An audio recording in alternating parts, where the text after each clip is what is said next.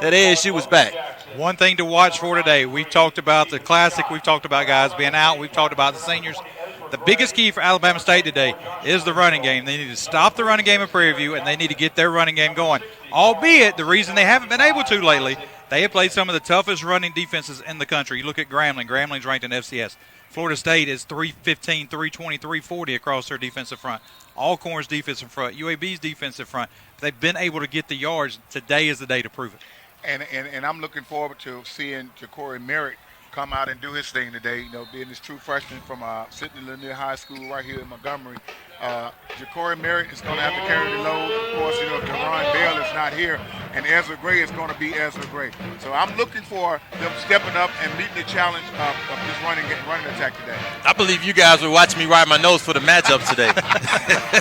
Because you're absolutely right. One of the matchups I have is the two seniors, Leeward Brown and DeAndre Brown, on the left side of the offensive line. How well can Alabama State control the line of scrimmage, dictate up front, so that way that running game can control the clock and keep that explosive Prairie View offense off the field? For the folks at home, and you hear me talk about it even on the coaches show on Monday nights, Mondays are my favorite time to go sit in with the coaches. I had an opportunity the Monday after Florida State. Believe it or not, this offensive line from Florida State played their best game of the year. They stood those guys up at the line of scrimmage, and they were able to give KD some time. They can do that against Florida State. They can certainly do it against the defensive front from Prairie View, and that's not a knock against Prairie View. And definitely not. But if we can play half as well as we played against Florida State, we should come out of this thing unscathed. Yeah, like I said, I mean, what we watched last week with Florida State, it was amazing. You know, for us to be that close in that ball game early, you know, I know there are no moral victories, but they're definitely confidence builders, and that definitely was a confidence builder, like you said, Travis. Michon, we didn't mean to steal your thunder by taking all your keys today, but before we kick, we'll pause 10 seconds for station identification. You're listening to Alabama State football on the Hornet Sports Network. Broadcasting from the campus of Alabama State University, this is FM 90.7 WVASHD, Montgomery, Alabama. And you're back. The officials are at midfield, guys, and we're about ready for kickoff. Travis Strome, Sean Sanders, J.C. Coleman, Rob Taylor alongside with you for the final game of the 2019 football season. These two teams come in both identical records at 5-5. Prairie View can finish as high as second in the West Division, can finish third with a loss today. Alabama State with a win can have sole possession of second place in that SWAC East Division. Prairie View will come out, if you're listening to us, in white uniforms, gold tops, white helmets, purple numbers with purple and gold trim along the tops of the uniform. Alabama State in their home black, gold helmets. And there will be a number change, guys, on offense. Just so you know, Kadarius Davis, remember, last home game, which was back in October 5th, was injured, taken off the field. They had to take him to the hospital to be examined. They ended up having to tear his number 12 jersey, cut it off, so he's going to wear jersey 2 today, which threw everybody off when we went to Birmingham for the Magic City Classic, and everybody was sprinting through the press box trying to figure out who number 2 was. But Kadarius Davis will be number 2 today, and a whole host of changes. On special teams, you got Devontae Webster out there today instead of his brother Bryce Webster, who was injured 3 weeks ago. We were off last week. And Urshad Davis has been inserted back into that special teams. DeWanna Tucker back deep to return Hunter Hanson's kick. So we're going to get an early look at DeWanna Tucker here on the kickoff return. If we kick it to him. And the 2019 Turkey Day Classic is underway, and a pooch kick from Hunter Hanson will be fielded at the 22-yard line. No fair catch called. Down the sideline goes the return man from Prairie View, and that's one of the backup tight ends, and immediately over towards that sideline, and the referees are trying to push him back. That's number 83, Jordan Jones for Prairie View A&M, and he pushed the referee away trying to get him off the sideline. Yeah, you know, it seems like the Hornets are coming out here fired up, you know, and I know you get excited when you get a hit like that right on your sideline. So hopefully that translates into a great stop right here on this first drive. Yeah, Hornets just got to do a good job on the kickoff coverage. Let them get outside of that leverage. Coach used to always tell us, stay in your lane, son. Stay in your lane running down on that coverage. Let them get outside and get a little bit more than we wanted to there. Sorry about trying to find out who number 83 was. I had a little issue. I couldn't see. My glasses were about 30 feet away from me. Prairie View back to pass on the first play. Wide open on the left side. Pass is complete. Josh Hill in on the tackle. Keenan Isaac also in on the tackle. DeWanna Tucker, who was lined up wide that time, catches the pass from Jalen Morton, the quarterback for Prairie View. They're going to go hurry up. And keep your eye on Josh Hill today. Josh Hill is excited about playing this last game. Again, a pass to DeWanna Tucker, and Urshad Davis with a tackle. They've got Tucker out split this time, and he makes the catch. So they're going to DeWanna Tucker quickly here on the first two plays, not running. Yeah, a little bit of chess match going on. You can tell they've got these plays scripted, how fast they're moving and the tempo they're at, which is expected early in the game. Both teams trying to feel each other out here and see where the soft spots are at. Tucker now in the backfield, a little jet, you could call it jet sweep, but it's actually a pass. And there's your guy, Josh Hill, with a big hit to start. Darren Johnson wraps him up and goes ahead and puts him down, but Josh Hill, a big play on the little pop pass. Yeah, and and Alabama State actually shifted. The Hornet defense shifted in the direction of that run. They actually ran right into the teeth of that Hornet defense that time. Great stop by number 24, Joshua Hill. Senior coming up and laying the wood. I like it. 4 receiver set this time for Prairie View. 2nd and 10 from the 49 of Alabama State.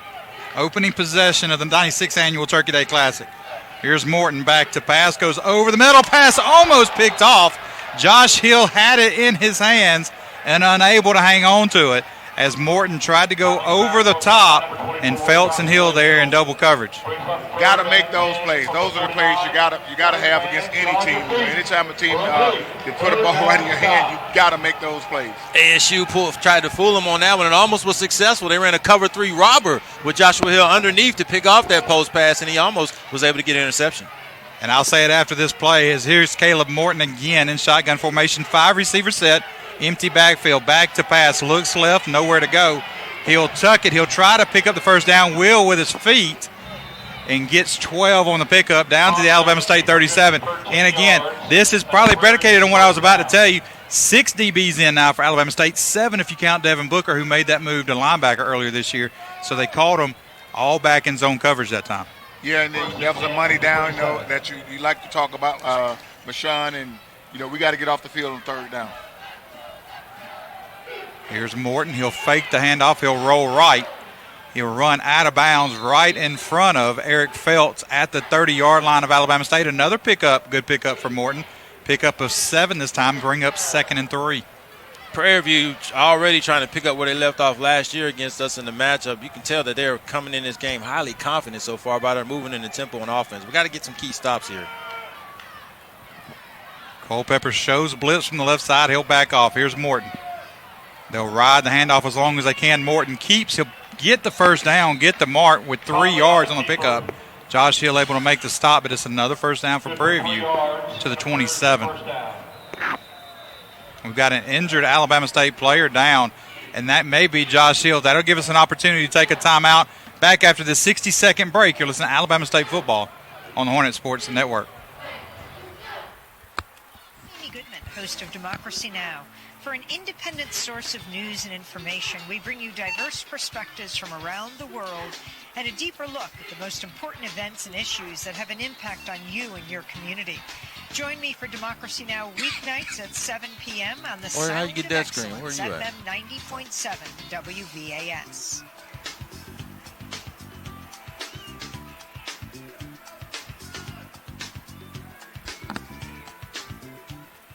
Join the City of Montgomery in celebrating Rosa Parks Day in Alabama, starting November 30th with a Unity Breakfast, followed by a Unity Walk down Dexter Avenue at 10 a.m. The celebration also includes the dedication of the Rosa Parks statue at Fountain in downtown Montgomery on Sunday, December 1st, and ASU's commemoration of the 64th anniversary of the Montgomery bus boycott on December 2nd. For the complete calendar of events, visit rosaparksdayinalabama.com. 3, 2, 1, you're back. Josh Hill hopped up as soon as we went to break, and right out of the break, Prairie View jumps off sides with a false start from their right guard slot. It's 1st and 15. And here's the handoff to Tucker. He goes left side. Devin Booker holding on to Tucker. And he tackles him at the 27, so he gets the 5 yards back. It'll bring up 2nd and 10. Travis Strong, J.C. Coleman, Mashawn Sanders, Rob Taylor alongside with you here today. Mel Marshall will be in the booth with us today. Jay Holsey back in studio control. And we'll go down to Rob Taylor here in just a few minutes as Josh Hill was got off on the field on his own power, but here we are 2nd and 10, guys, and here's Morton. Empty backfield again. He'll drop back to pass, goes over the middle. Pass is caught by Jones. Dragging a defender with him, and he'll get all the way down to the 2-yard line. 1st and goal for Prairie View. Right now, Prairie View offensive line is doing a good job of blocking for that quarterback. He's got all day to make a decision back there and complete that pass. Every time I hear Joshua Hill, and especially where he's from with 24 on, I think about Antoine Hill, Alabama State all-time leading interceptions leader here. I know he's listening in from home. Happy Thanksgiving, buddy. Here's Morton back in shotgun. He'll hand it off to Tucker. Tucker, unable to go anywhere. And a heck of a play that time from Mario Thomas. Beat his offensive lineman to the gap and able just to hang on to his foot for a loss of 2. And that's going to be important when you put your hands on this running back. We've got to hit and hold because we can't be missing tackles. And actually, the last 2 runs this guy made, they were great. One-on-one stops. This actually helps ASU because the short field right now in the red zone actually condenses down this spread high-octane Prairie View offense right now because we were gassed out there. We were looking around, didn't know where the ball was going to be. Now that it's condensed down in the field, look for Alabama State to have a better chance to hold. Here's the handoff to Tucker. Tucker goes left, tries to slip through, does slip through. Let's see where they mark him down. Maybe back to the original line at the 2. If they do, it'll be 3rd and goal from the 2. And, guys, this is a Prairie View team that can score. So this is not a surprise that they're able to move the football down the field.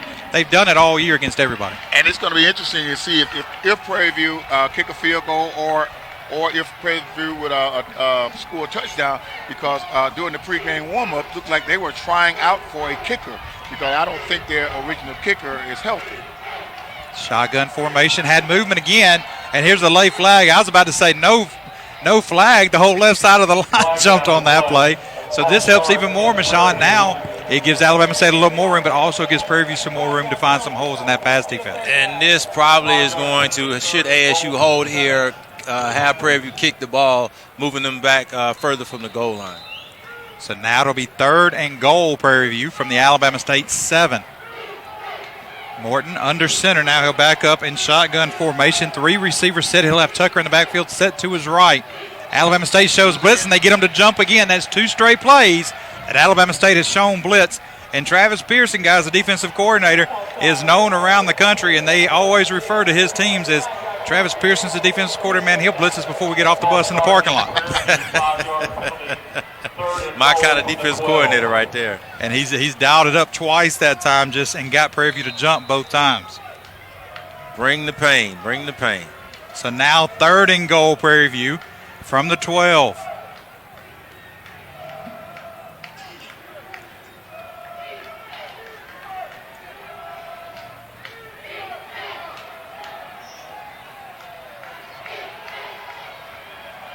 Here's Morton back to pass. Goes right side.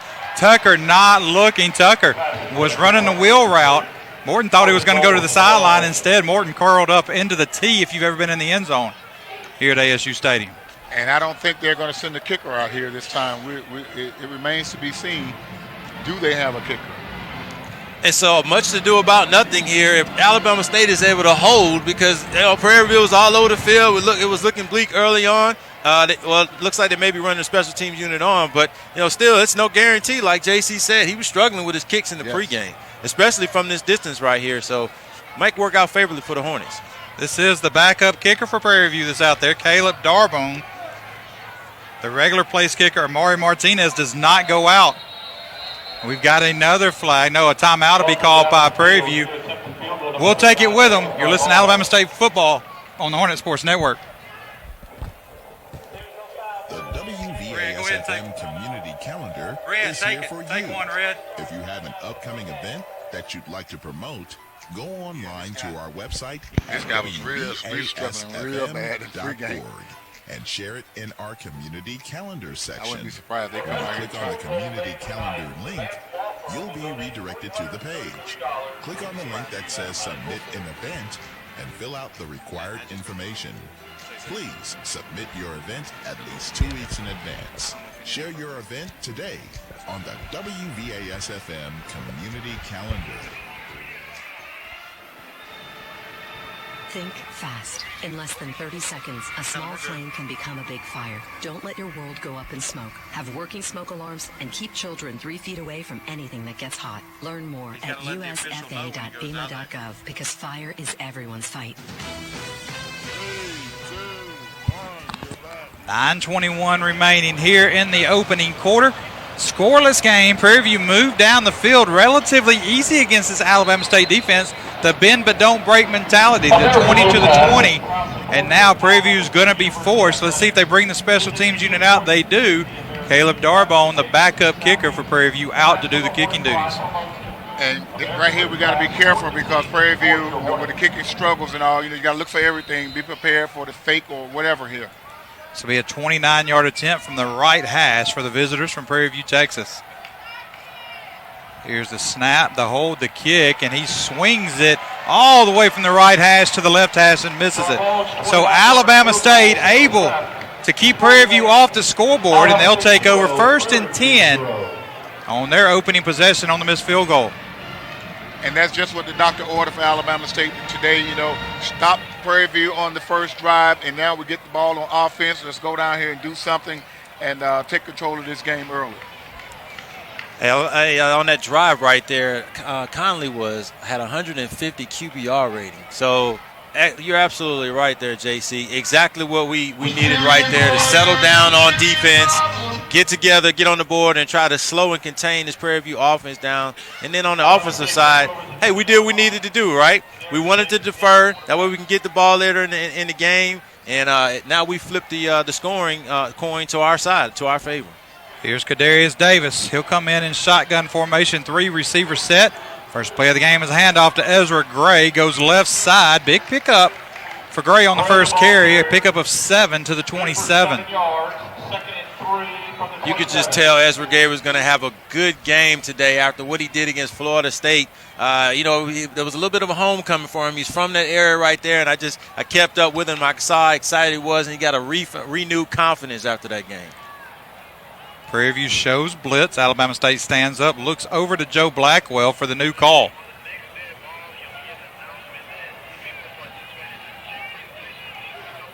Davis will have Gray to his right, sends his tight end to Legion Farmer in motion.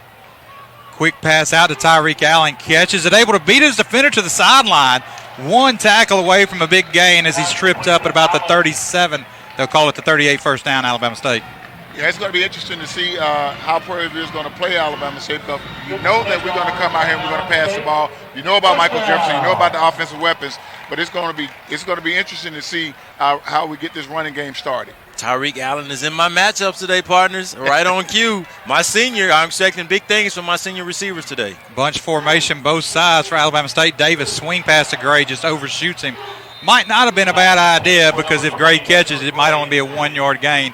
2 defenders bearing down on him, but a different formation from Alabama State. Bunch on both sides, left and right, with 2 receivers on each side.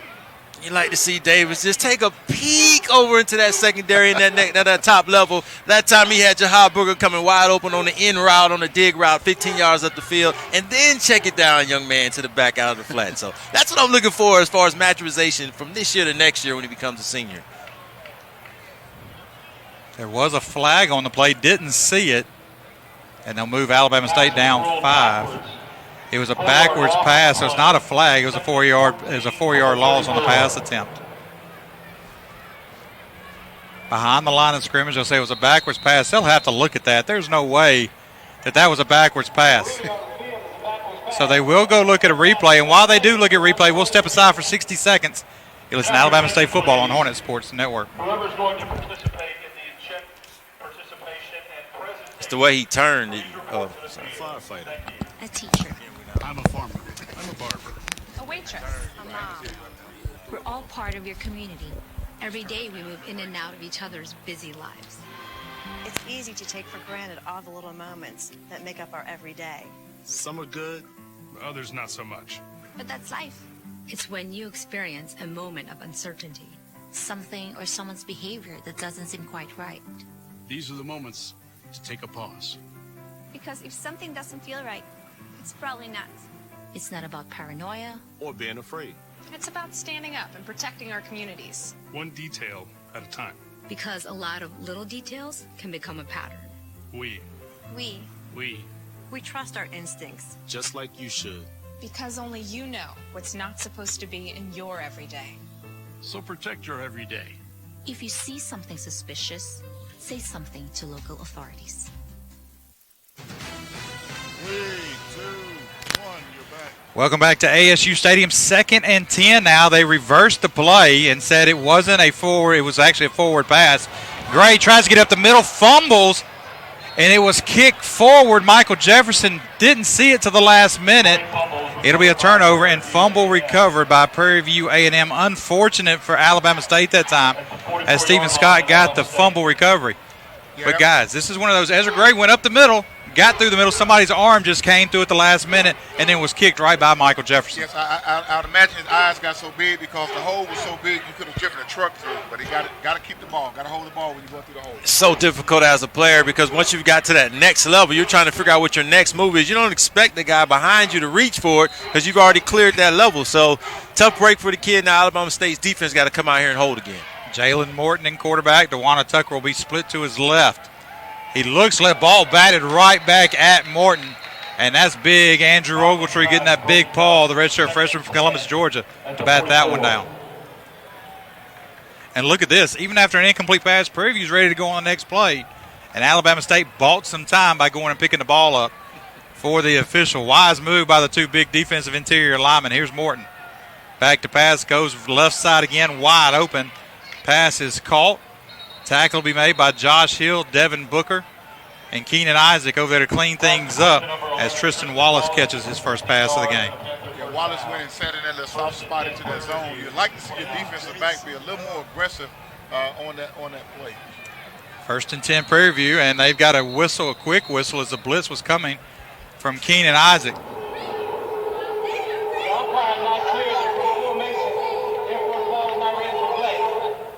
The ball was not ready to play in Prairie View. That shows you how fast Prairie View's trying to go. They're trying to go faster than what Oregon said a few years ago. When Oregon went every 6 seconds, Prairie View trying to get that one off in 3. The blitz was coming. I think Isaac was going to get him on that one. Nonetheless, it'll be 1st and 10 Prairie View from the Alabama State 29. Here's Morton back to pass. Another blitz comes, gets hit, able to get the pass off. Incomplete. Had a receiver running down the seam, but I think he was thrown off by the blitz as Darren Johnson was able to come in and get a hit. Yeah, I'm not very impressed with Prairie View ability to beat us with the passing game. So we got to keep doing what we're doing. Alabama State defensive backs doing their job, disrupting those wide receivers for Prairie View A&M at the line of scrimmage, disrupting the timing that time on the deep throw for Prairie View. 3 receiver set will be to Morton's right. He'll have Tucker in the backfield set to his right. Alabama State's defense spread out. They're going 5 DBs again as Tucker gets it. Thomas can't hang on to the tackle. Keenan Isaac falls on top of Tucker to keep him from crawling any further down at the 24, 5-yard pickup for Prairie View. What Thomas did, though, was slow him up just enough time for Isaac to get on top of him and setting up money down defense. 3rd down. Let's get off the field right here. Well, let's see what they do because, they just missed the kick. The kicker's been struggling for Prairie View. But right now, let's focus on 3rd down, money down. 3 receiver set, 2 to Morton's right, to the short side, to the wide side of the field.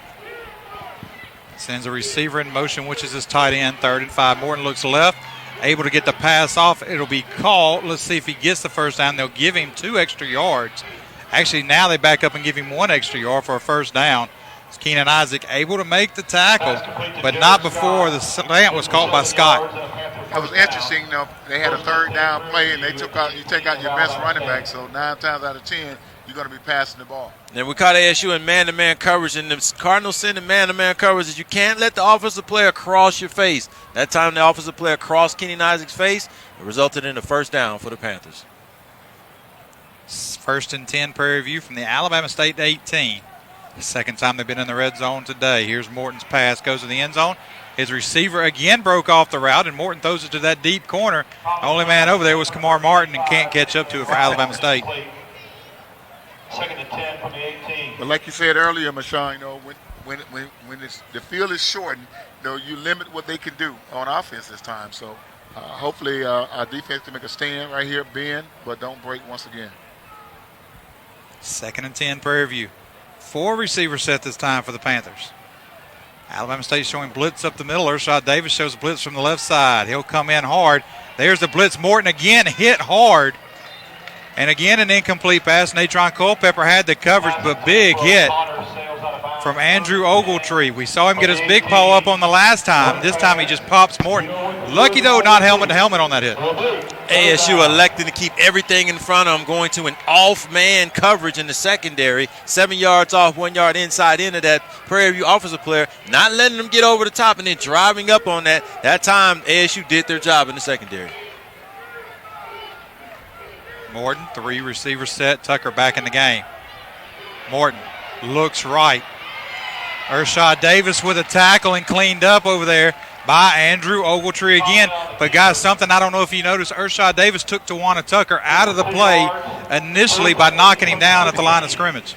And, you alluded to it earlier, this guy, he has a heart of gold, but he's a very small running back. So it's kind of hard for him to block those guys coming off the edge like that. And then the off man, there's no room for him. So they're just sitting back about 7 yards off and then just creeping slow playing. And by that time, our pass rush is getting to him, and he's got nobody to throw to. Prairie View, I guess, learned after the last possession they're going to go for it here on 4th and 9 from the 17.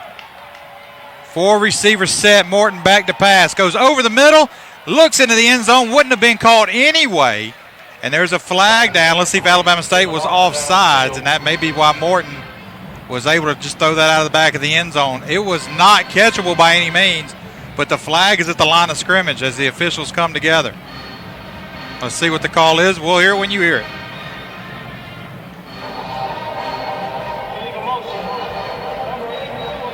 Illegal motion on Prairie View. So again, Alabama State holds in the red zone. 2 trips by Prairie View into the red zone. And just like that, Alabama State's defense able to hold out.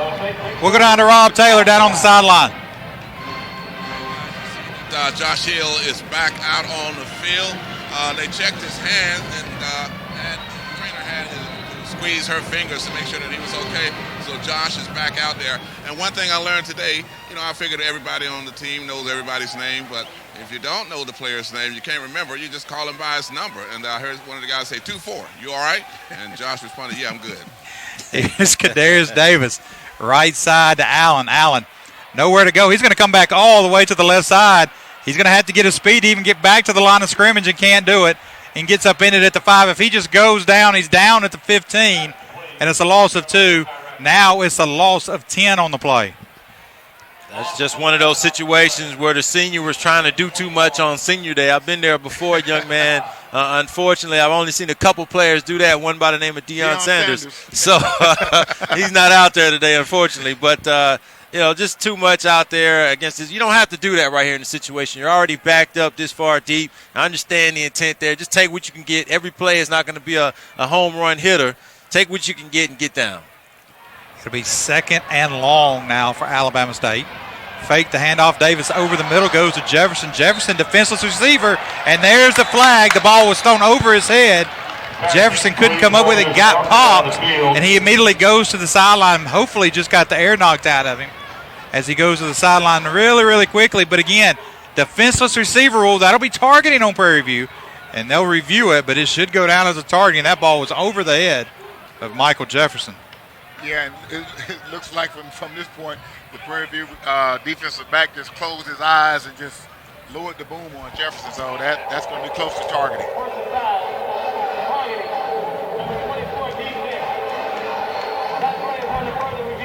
It is a targeting call, so they'll review every targeting call.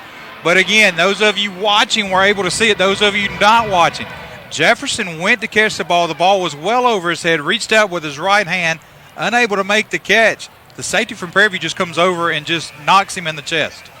It's like deja vu for me because I say it all the time. That play was legal during my time, not legal during this time. You got to allow the receiver or the offensive player the opportunity to come down and make a football move and protect themselves before you can strike them now. They're trying to clean the game up. You can't just take them out and deplete a guy anymore. Even on a missed pass, as the safety used to say back in the day, let them feel you. So, unfortunately. Wow, that is the old school rule where there's no targeting on the play. But we'll go down to Rob Taylor quick on the sideline. Rob, you saw Mike Jefferson come off. What happened on that play? Yeah, they tried to, I think, hurt my man Jefferson, but he's up. Well, they have him here on the sideline. The trainer is working with him right now just to make sure that he's okay. And he's sitting up, and the trainer is just talking to him. And we pray and hope that Mike is okay, and he'll be able to get back out there. But right now he's taking a seat here on the sideline, and they're taking a good look at him, not in a rush to get him back out there to make sure that he's okay. We'll tell you, we'll step aside for this quick 30-second timeout. You listen to Alabama State football on Hornet Sports Network. Hey, Red. He's going to have to go to the numbers on all these timeouts. Red, you hear me? He's got to go to the numbers. He can't stand. He's going to have to go out to the numbers and get their attention.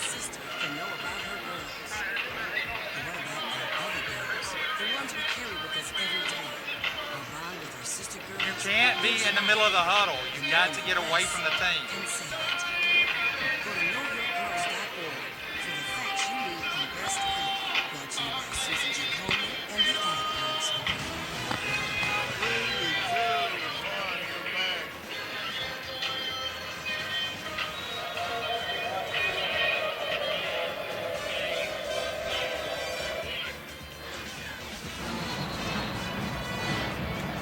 Welcome back to ASU Stadium. 3:45 to go in the opening quarter. Scoreless game. Alabama State set back at the 5-yard line after a busted play.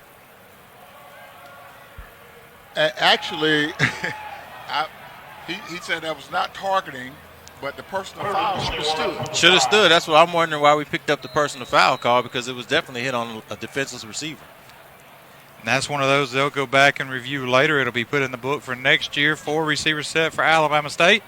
Davis back to pass, quarterback draw, design quarterback run across the 15. He gets stacked up at about the 16, and now here comes the offensive line and pushes him ahead to the 19. Perfect play call that time. They caught Prairie View spread out on defense with the spread call. Didn't have a spy on Davis. Davis saw the hole, opened up, had an escort. Thank you, appreciate it. I'll go ahead and take these 10 yards. So that was a good play call right there to set up at least some breathing room for the punt team. Yeah, and I think that's what the coach was arguing about too. You know, there's no targeting, but there still was a personal foul on that play. So, yeah, you're right. That's something they got to go back and do and get that corrected. It cost us 15 yards. Here's Anthony Craven back to punt.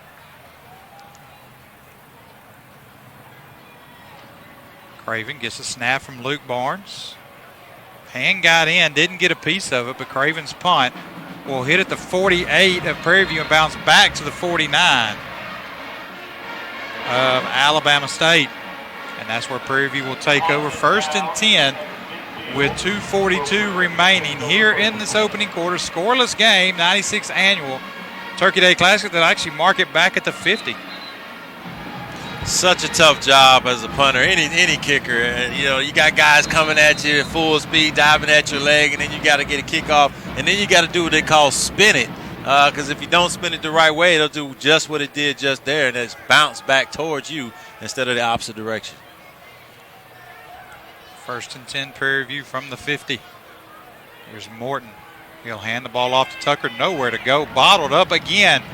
Mario Thomas from Alabama State. 1 yard loss for Tucker, back to the 49. And guys, before the next play, before Prairie View runs this play, even while they do run the play, we want to send our condolences to the Lowndes County, not just the county, but the family of Big John Williams as the flag flies half-mast here. Moment of silence today as his life was tragically cut short this past week in Hayneville, so we want to remember him as the week goes on. Funeral will actually be Monday here in Montgomery. Morton goes across the middle, pass complete, tackle made by Josh Hill. And Michon, this is one of those things we've had, feels like we've had several losses this year. You've got Coach Markham, you've got a couple of players that have passed away. You've got Big John now that has ties to Alabama State that has passed away. Yeah, you've also got well-known educator Tracy Ford, one of my fraternity brothers, graduate alumnus of ASU as well. Tough times, you don't.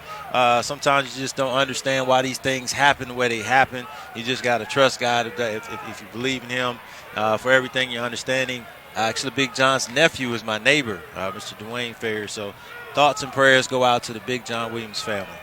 And I am from Lowndes County, so that's my homeboy.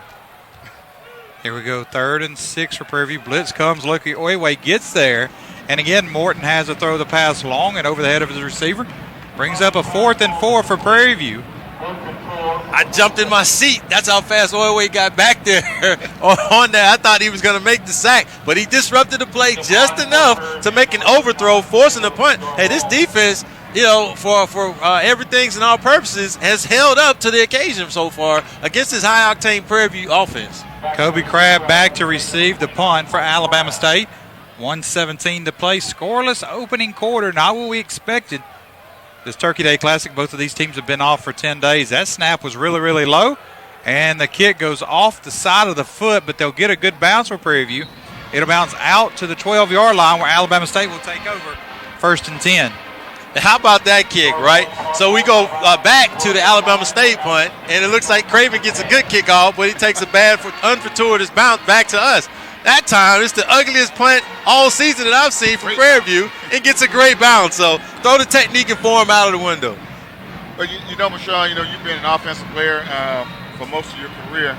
It seems to me that when you're coming off an off week like the Hornets, it seems like the offense is a little bit off, and the defense is always a little bit higher than the offense. Yeah, you definitely get out of rhythm a little bit because it's just so hard to practice game speed, and so they're trying to get the rhythm back here. Davis, quick pass out to Merritt. Merritt came in motion. Tried to catch Prairie View off guard with either the jet sweep fake or the pop pass. Instead, they go out to Merritt right side, but bottled up at the line of scrimmage, 2nd and 10. I'm awfully surprised so far that ASU has not elected to run behind those two seniors on the left side of the offensive line. We shouted them out during the matchups early. Those guys, I'm telling you, when you're a senior, it's your last game, you're giving a lot more effort than you've ever given before. 4 receivers set for Alabama State. Michael Jefferson was in man covers. They rolled the safety over, but not to Jefferson. They show blitz. Merritt goes in motion. Davis back to pass. Nowhere to go. He's going to throw it up in the air right side. Wise move by Davis. He avoids the safety, avoids the sack, and sees Ezra Gray and just flings it as hard as he can out of bounds. I do not know how he got that to the line of scrimmage. He had a guy barreling down on him in the end zone. That was a heck of a play that won't show up in the stat sheet tomorrow for a positive play, but that right there saved momentum in the football game. I'm somewhat surprised that the Hornets are coming out passing more than they're running, due to the success of the first couple of drives. We ran the ball, but after the fumble, we've been passing. Yeah, and it does another thing. It keeps your defense off the field as well. We don't want to get them tired and gassed because, like, Prairie View has been all over the field. They spread you out. They're going in motions. They got all kind of stuff going. They're running deep routes, the quarterback fast, the running back fast. So, you want to control the game from an offensive standpoint and do what you can do. And that's run the football, like you said, JC, control the clock, get a couple first downs, move the sticks. Even if you have to punt, let's get a couple first downs. We'll go down to Rob Taylor on the sideline. And, Rob, we see Michael Jefferson back out. Just got the hair knocked out of him probably. Yeah, I think that was about all because the trainers didn't really do anything with him. They just let him, take a seat and catch his breath. And you can see he's back out there on the field and waiting to catch that football if KD can get it to him. But, things look good with Michael Jefferson. A lot of family and friends here for these players today, celebrating Thanksgiving with them at the football stadium. They'll be going home, obviously, with their families to celebrate Thanksgiving here for the rest of the weekend. This is the final regular season game, final game of the 2019 season. Out of the timeout, here's Davis. Back to pass, looks right side, throws it out of bounds about 3 yards in front of Jahad Booker. So to bring up 4th down for Alabama State. And I don't know if it's that Prairie View rush getting to KD already or if the receivers or what's going on, but Davis just has to settle down as the first quarter is coming to a close. Yeah, and that's another thing that the running game would do. The running game will allow you time to settle down and get your legs under you, get your timing down. But we're coming out here, we're slinging the ball all over the place, and like you said, we're getting our defense gassed because they're 3 and out, and they're back on the field. KD just doesn't look comfortable so far today. He's trying to find which guy is going to be the hot guy today that he's going to be able to get a rhythm with. Hadn't found that guy yet. He's been all over the field throwing to different receivers, but hadn't found that one that he can trust. Anthony Craven 2 yards deep in his end zone, gets the snap, and here's a flag. And Prairie View was coming after him on that play. It'll be a delay of game call on Alabama State. That'll back Craven up, and he'll probably have his heels on the back line of the end zone for Alabama State. And you're absolutely right. Prairie View was actually going to come after that one, so it might be good that he actually took that penalty. Barring any changes within 17 seconds, Kadarius Davis, 42% QBR rating so far. So that's telling you just how the struggles that we're having on offense up to this point in the ball game. And we've been saying Morton the entire time. It's not Morton at quarterback. It's actually Conley for Prairie View, which has thrown us off for 2 possessions for the Panthers. This ball bounces at the 45. It'll roll dead there with 7 seconds as the clock gets down to 6. And Prairie View are in one final play before the end of the first quarter. Both teams here sitting at 0-0. I don't think either one of us saw that, partner, coming into this. But like Prairie View, high-octane offense, ASU coming off high off of playing very well against Florida State. To come out here and see a defensive struggle. Is Tuskegee out there? with white jerseys on, I don't know. But they're definitely in a defensive struggle right now. Conley at quarterback. Turns, goes right side, pass is caught. Bounces off the initial tackle and wrapped up by Natron Culpepper. A 2-yard gain. That'll be the end of the first quarter. Scoreless tie here from the 96th Annual Turkey Day Classic. You're listening to Alabama State football on the Hornet Sports Network. Back after this timeout. Find your purpose at Alabama State University. Choose from more than 60-degree programs, from undergraduate courses in computer technology, education, theater arts, business, and the sciences, to high-demand graduate degrees in physical therapy, social work, microbiology, and more. Our world-class faculty is ready to help you reach your goal. You'll also enjoy a vibrant campus life and Division I athletics. Come to our campus. Let us show you why it's always a great time to be a Hornet. For more information or to complete an application, visit us online at alasu.edu or 334-229-4291. Alabama State University. The time is now. I was trying to get JC. You said we're back? Type 2 diabetes. No, you have not to yet. carefully monitor your health for the rest of your life. And you have an increased risk of developing cardiovascular disease. 3-minute timeout. 3-minute timeout here, Jay. You've been diagnosed with Take as long as you want. Yeah, 3 minutes. They're doing two check presentations, so take as long as you want. Square in the face and say, no, not me. You've been given a new opportunity to live. Get started and know diabetes by heart, Dr. Introducing a breakthrough in time management technology. A whole new day of the week. It's called Someday. Ingenious. Perhaps someday you are going to go skydiving. Enter a hot dog eating contest. Maybe ride a mechanical bull. Now it's on the calendar. You may want to retire someday. Ready for that? You'll really want this. A My Social Security account at socialsecurity.gov. You can estimate your future benefits, plan for your retirement, and how to save for it. If you already receive benefits, you can manage them online. Millions of people already have a My Social Security account. In fact, someone opens one about every 6 seconds. Get yours today, because someday is here at socialsecurity.gov. Hi, I'm Jamal Ahmed. Join me Saturdays at 6 a.m. for the Soul of Jazz, where I'll be playing the best in contemporary soul and jazz, international rhythms, soulful dance music, and other genre-bending styles. Mixed with jazz, you hear touches of new urban sounds from Brazil, Africa, Asia, Europe, and your own backyard. I was going to ask you about that, but we were hot the whole time. I had underlined. I was like, I think that's Conley. 90.7 WVAS. All right, Jay, we're ready. Of excellence.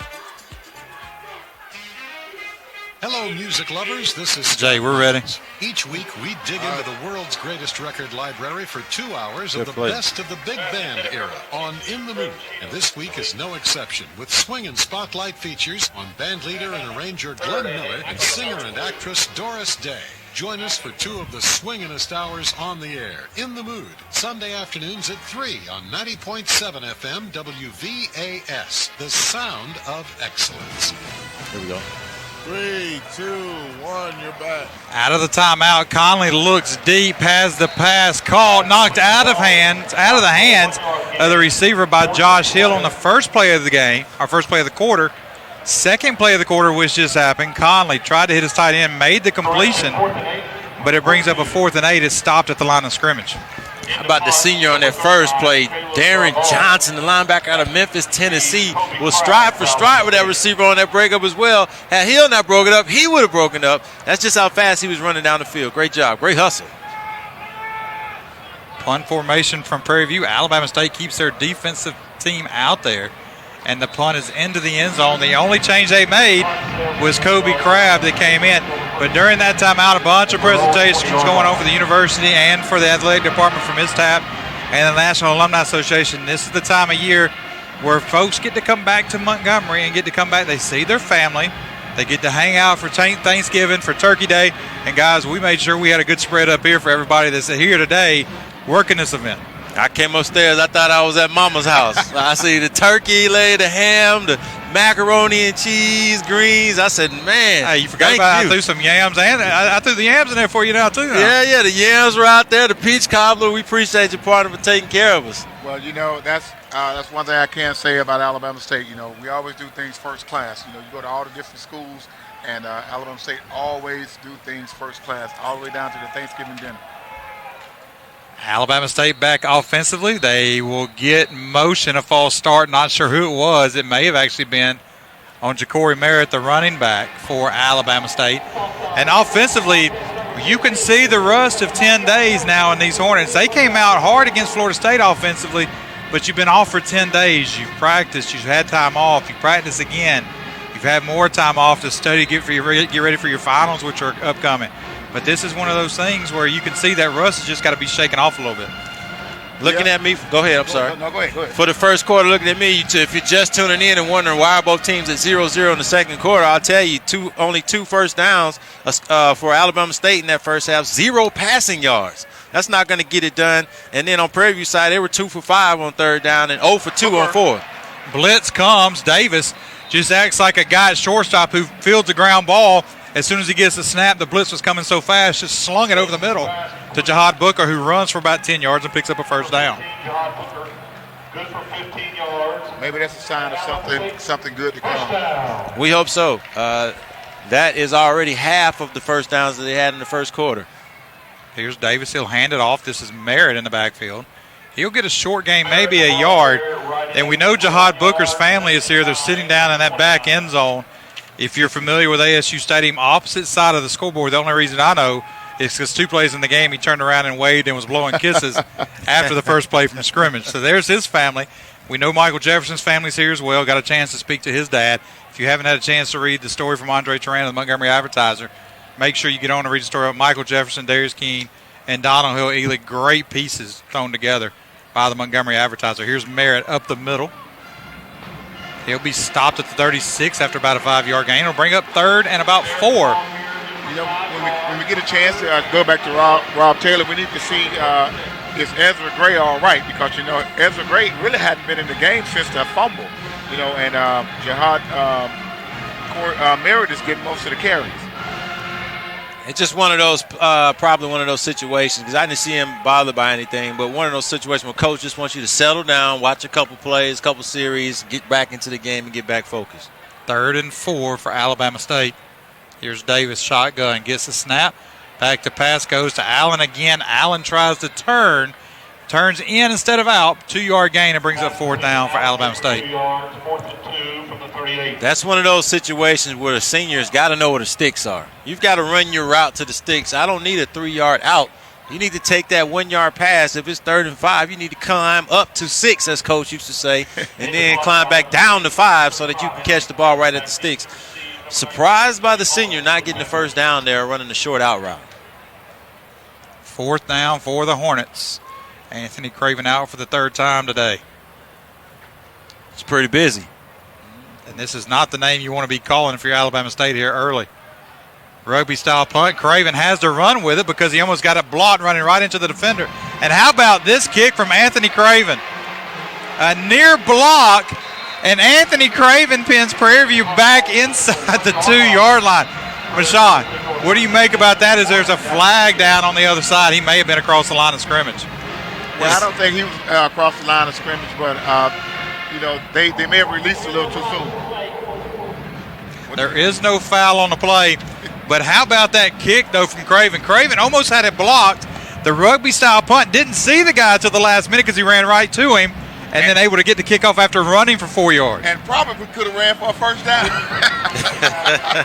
Yeah, that's a heck of an athletic play by the punter just to get around that rush, like you said, and then get off the kick with a guy bearing down on his leg at the same time. And then the fortuitous bounce finally bouncing Alabama State's way, getting all the way down to the Prairie View 2-yard line. And so now the field, for the first time, guys, has been flipped, and ASU has the field advantage. We got a timeout on the field. We'll take it with them. Scoreless tie, 11:39 remaining opening half.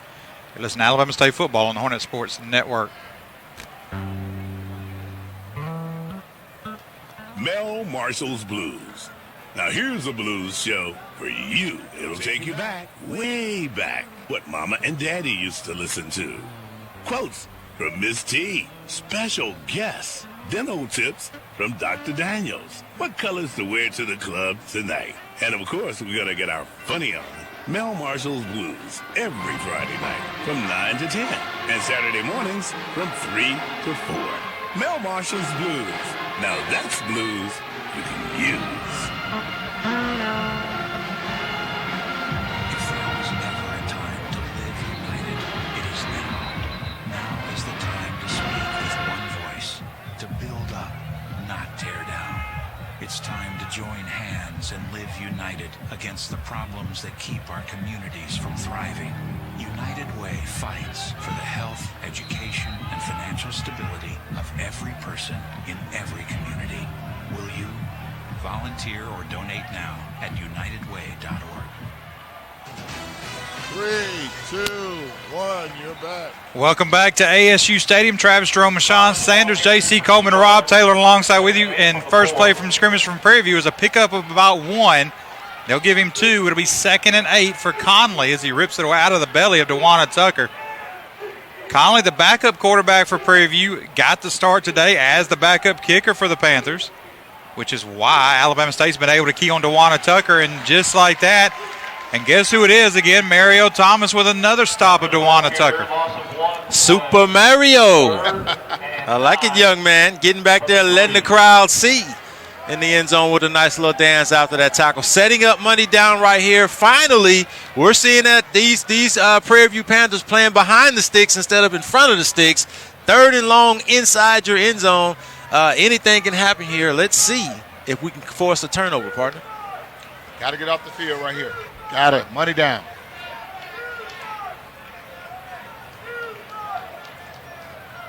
Third and 9 for Prairie View from the 3.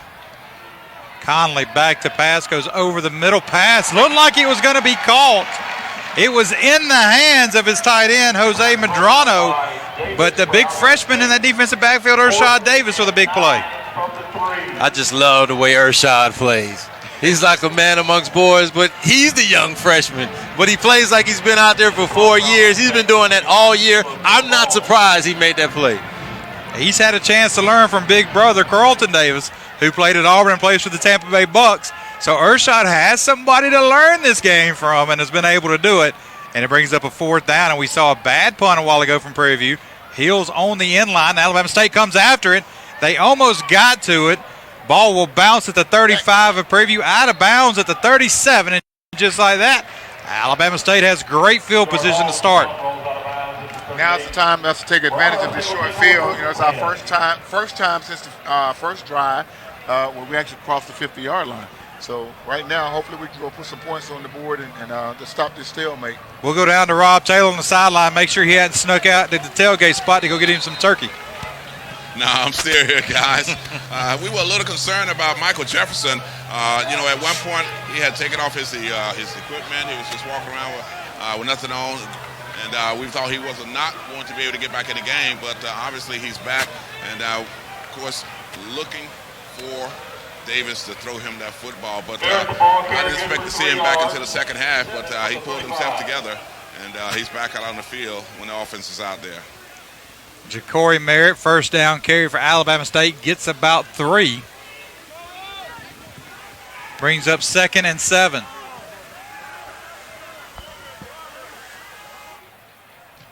Here's Davis. Back to pass, looks right, nowhere to go. He steps up in the pocket, makes a first man miss. Now it's a foot race. Davis to the 25 and gets tripped up there at the 24, but picks up a first down. Davis took exactly what the defense gave him that time and made him pay. The middle of the football field wide open for him on that pass drop back, and he just took what the defense had for him. Made a move on the linebacker and got up for ASU first down, and finally some excitement, partner, here on offense. Yeah, I think that's going to be open all day because these guys are committed to stopping the pass. First down, Alabama State. Merritt got the handoff. Late flag comes in after Merritt had got his cut. There were actually 2. It'll be on the interior line as the umpire and the line judge both made the call. Drive killers, that's what those are. Drive killers. Got to get everybody set at the quarterback position. That's part of your job as the leader on the offense. Get everybody situated. I know you're excited. You were itching to get the ball snapped, but if you don't get everybody set and lined up right, everything else doesn't matter. Here's Alabama State 1st and 15 from the 29. 3 receiver set. Jefferson man-on-man on the top side of the field. Instead, pass goes to Farmer. Farmer breaks the first tackle at the 25. Continues to pull defenders inside the 20. Down to the 18-yard line. It'll be a 2nd down for Alabama State, but not before a big 7-8-yard pickup for Talesian Farmer. Haven't called that name in a while there. Talesian Farmer, good to see the young man getting his name in the paper right there, and more importantly, set up a 2nd and short opportunity for the Hornets. Watch this man-to-man with Jefferson. Here's Farmer in motion. Knight also goes in motion. Merritt gets the handoff, goes up the middle, makes the first man miss. Drives his feet. He'll be about 1.5 yards short of the first down to bring up 3rd down. And that's what you call finishing the run, always falling forward and keep those legs moving. Looked like he was stopped in the backfield for a short game, but he actually got something out of it. Now on ASU side, you know what I like to tell them, don't lose 3 trying to get 7. You're well within Hunter Hanson's field goal range. He can kick the football from here. Don't lose 3 trying to get 7, meaning don't make any mistakes here. Don't have to force it. Alabama State's going to let the play clock run down as they look to the sideline now with 3 to play on the play clock. Davis gets the snap, fakes the handoff to Merritt, goes over the middle to Booker. Pass was too high. It was behind Booker. And it brings up 4th down now for the Hornets, and they'll kick the field goal. And the defensive back did get there a little early. However, like you said, partner, it was behind him. And the referee's not going to lean towards giving an offensive call right there if the play doesn't look like it was impeded by the defender. And so when the ball's behind you, hey, it's a judgment call. That time we didn't get the call. But Hunter Hanson's on this field. He's well within his range right here, like we said. He can hit it from here. 33-yard field goal attempt for Hanson out of the hold of Anthony Craven. Snap of Luke Barnes just inside the right hash mark. Snap, hole, kick is up, and the kick is good, and Alabama State on the board first. 3-0 over Prairie View A&M with 7:40 to play here in the opening half. And, guys, this is what Thanksgiving and Turkey Day is all about. When you look around the stadium and you look at the families that are here and you look to your left where the scoreboard is to see how much time is left, and you look at the berm, you got families out on their blankets, you got kids down there playing tackle football down the hill. That's what Thanksgiving is all about.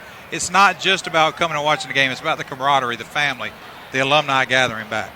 Yeah, and you're absolutely right. It's about seeing old friends that you made years ago, and they actually come back here for homecoming. But I want to say something about Hunter Hanson. It's good to see Hunter Hanson with that kick after the bad game that he had against Florida State. So it's great for that young man to come back here in his first attempt down the middle. The great ones always found a way to bounce back. Good for him. And you always see and you always hear people talk about how kickers are strange birds. They stick together. I had an opportunity after that Florida State game to be down on the field, and Hanson and the kicker from Florida State made sure they met at midfield. He leaned in, made sure he patted Hunter on the head and on the backside, told him to keep his head up, keep driving, keep working. So that's big coming from a guy that's kicking at Florida State to be able to tell you, as an opposing kicker, to make sure you keep working hard. And speaking of Hunter Hanson, here's his kickoff. And again, another pooch kick. This one will be fielded at the 18. This is the big defensive lineman that fields it. And he's popped initially. Let's see who that is that got him on the initial hit. Can't tell yet, but he's down and he's grabbing his knee. That's not a good sign. That big fella got crunched. Well, he was out of his element. He should have actually fair caught the ball. Yeah, that's on coaching there. Hope the young man is all right, but that's exactly what they tell those guys to do. Fair catch the ball because they're not used to running with the football like that. It's just different. The speed is different at this level. So hopefully he's all right, but ASU did their job on that. Stayed in their lane. Yeah. You know, we didn't do that early in the game, so they stayed in their lane there and made the tackle. Timeout on the field due to injury. We'll take it with them. You're listening to Alabama State football on the Hornet Sports Network. 3-0 Alabama State leads back after this timeout. Looking to further your education? Take a look at the Harold Lloyd Murphy Graduate School here at Alabama State University. ASU graduate programs are designed to prepare students to be a part of a vanguard of professionals through the 21st century.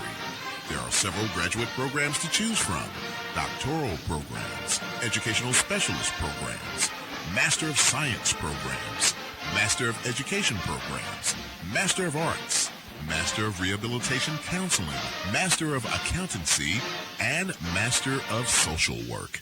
For more information about ASU's graduate school, 334-229-4275 or visit alasu.edu/graduate school.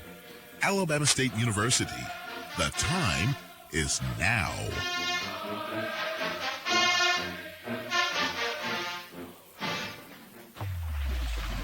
Broadcasting from the campus of Alabama State University, this is FM 90.7 WVAS-HD, Montgomery, Alabama. 3, 2, 1, you're back. Welcome back to ASU Stadium. The big fella being helped off the field, we told you. And JC alluded to it, a little bit out of his element. That's Jason Dumas, the starting defensive tackle for Prairie View. Hate to see that, especially at the end of the year, because now that's a long time to rehab if it is a serious injury. He got his leg caught underneath him, took a big hit from Jaden Woods, one of those guys, young fellows that got to dress late from Addison, Alabama. Well, it's a good thing he didn't fumble that ball that time, because that was a very dangerous move. And hopefully the young kid is not injured too bad, but you know, he is a sophomore, so he has a couple of years left to play, so we go wish him all the best. Here's Prairie View coming out again for another possession, and again, Conley will be at quarterback. He'll have Tucker to his left side. Goes over the middle. Pass dropped right in front of Eric Phelps. And that's Scott incomplete on that attempt. ASU coming again with the corner blitz. Keenan Isaac blitzing from his cornerback position, field corner position, disrupting that play right there on the post route, setting up 2nd and long. 2nd and 10. And this is Conley. He's off to the races down the middle of the field. Cuts back left. He's at the 40 to the 30, and he'll run out of bounds. And Conley just broke that one for Prairie View, and that may be his best offense. He's struggling a little bit in the passing game. But breaks off a long run on that play. How would you like to be Andrew Ogletree on that play? He was caught in no man's land. It was just him and Conley. Conley made the best of him and went 40 yards down the field after that. Man, that's a tough play for the defensive lineman to make. And he turned Keenan Isaac in circles, and Isaac able to run him out of bounds. Here's Tucker, makes the first man miss. But Darren Johnson with a big tackle from Tucker from behind the line of scrimmage.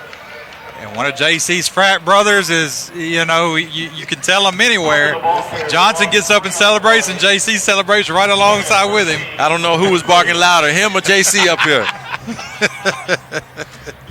It's just natural, just natural instinct. You know? 2nd and 14. And, guys, this is something I was alluding to with a backup quarterback in now. They're able to key on DeWanna Tucker a little bit, which is why he hasn't been able to get off yet. Here's Conley.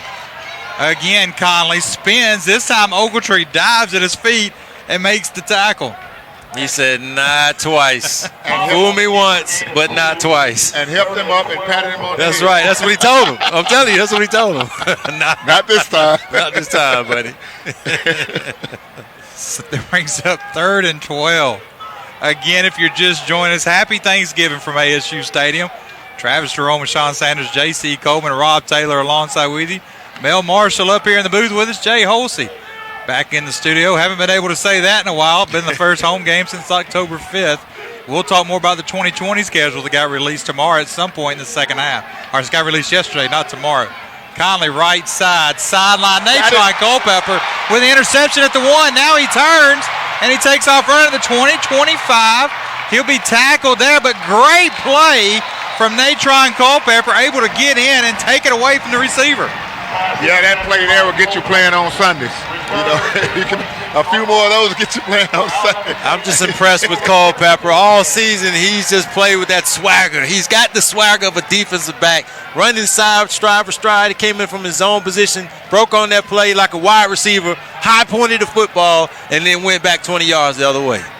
Culpepper initially got beat on the play and was able to track back a little bit watching the replay. And he was man-on-man coverage out there on the outside. He had no help. So it was the interception or touchdown, and Culpepper came away with it and sets up Alabama State. 1st and 10 from the 26. Another drive killer for the Hornets. Jihad Booker time. Here's Davis. Shotgun. They got the screen set up to Gray. Gray breaks. Can't get away from the last defender. He got hit at the 35, started stumbling. If he gets away from the last man, then he's able and he's off to the races. Davis got hit on that, gets up a little slow, and he's back there with the official. So we'll see what happens. They had Jet Even ready to go on the sideline to Richard Moncrief and Joe Blackwell, but Davis able to get up and get back to the line of scrimmage. DeAndre Brown, his senior right tackle, comes over, fixes his uniform for him, and gets him set up again.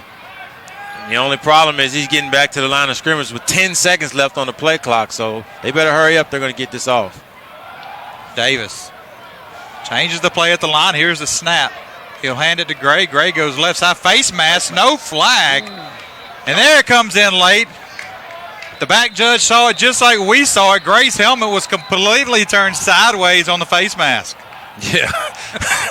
I don't know how everybody else missed it, but maybe the back judge had the same view we have from way up here in the press box. But I'm glad they called it because, man, that looked painful the way his head snapped. And I did it with no binoculars that time, as far as high as we are able to see his head go around. Wow.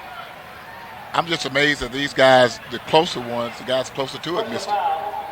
Well, and to defend them just a little bit, the guy that's on that Prairie View sideline, the side judge, he had about 4 guys that are about 260, 270 in front of him, so I don't know if he was able to see it. But the back judge showed some good distance on that flag. He threw it about 25 yards. That's a pretty good throw with a flag. Oh, yeah. Wow. Good eyes. 1st and 10, Alabama State from the Prairie View 43-yard line. Here's Davis, takes the snap, drops back to pass, gets hit again, lets the ball go, and he throws it to the middle of the field. A lot of it is because he got hit. Davis is hurt as Leeward Brown tries to help him up. Davis got popped on that play, folks. That's twice in 3 plays that Davis has taken a hit. This time he gets up a lot slower, and Mashawn, he threw that ball because he was getting hit. He had to get rid of it, just threw it up. Couldn't get enough on it to get it to the sideline to Booker. Pass intercepted and return to the 21. Yeah, that's one of the plays, though, when you're trying to do too much within the confines of the game. You got to know situations at quarterback as well. It's 1st and 10. I know they're bearing down on you. You want to make a play. But if you get sacked right there, it's maybe 2nd and 15. But you live to see another day. Instead of throwing it downfield, some people at home may say, well, it's like a long punt. Well, I don't want a long punt on 1st down. Maybe on 3rd down, but I don't want a long punt on 1st down. So I look for the young man to start understanding situations in the game and where you are within the confines of it. We'll go down to Rob Taylor after this play as Prairie View sets up 1st and 10 from the 21. Here's the handoff to DeWanna Tucker. He runs right into the behemoth Christian Clark at the line of scrimmage. We'll go down to Rob real quick after a 5-yard pickup. Rob, you saw KD get up slow a couple of times, came to the sideline. Trainers immediately went to him. Yeah, KD was injured the last home game we played here. He was injured, and so today it looked like he's going to be okay, but we hope that he's not suffering a serious injury of any sort. That's two key players there. So the trainer is looking at KD right now. They looked at Michael Jefferson earlier, and so they're working with Kadarius right now, and hopefully he can get back out there and get himself together, get back on track. Conley on the quarterback keeper to the left side, stumbles after he gets hit. If he doesn't stumble, he may break that long run off again. Brings up 3rd and 2 now for Prairie View. And, Sean, this is your favorite down of the game. Money down defense right here. You get off the field. I don't know if Davis will be ready to get back this fast, but we get the ball back in our hands if we get off right here.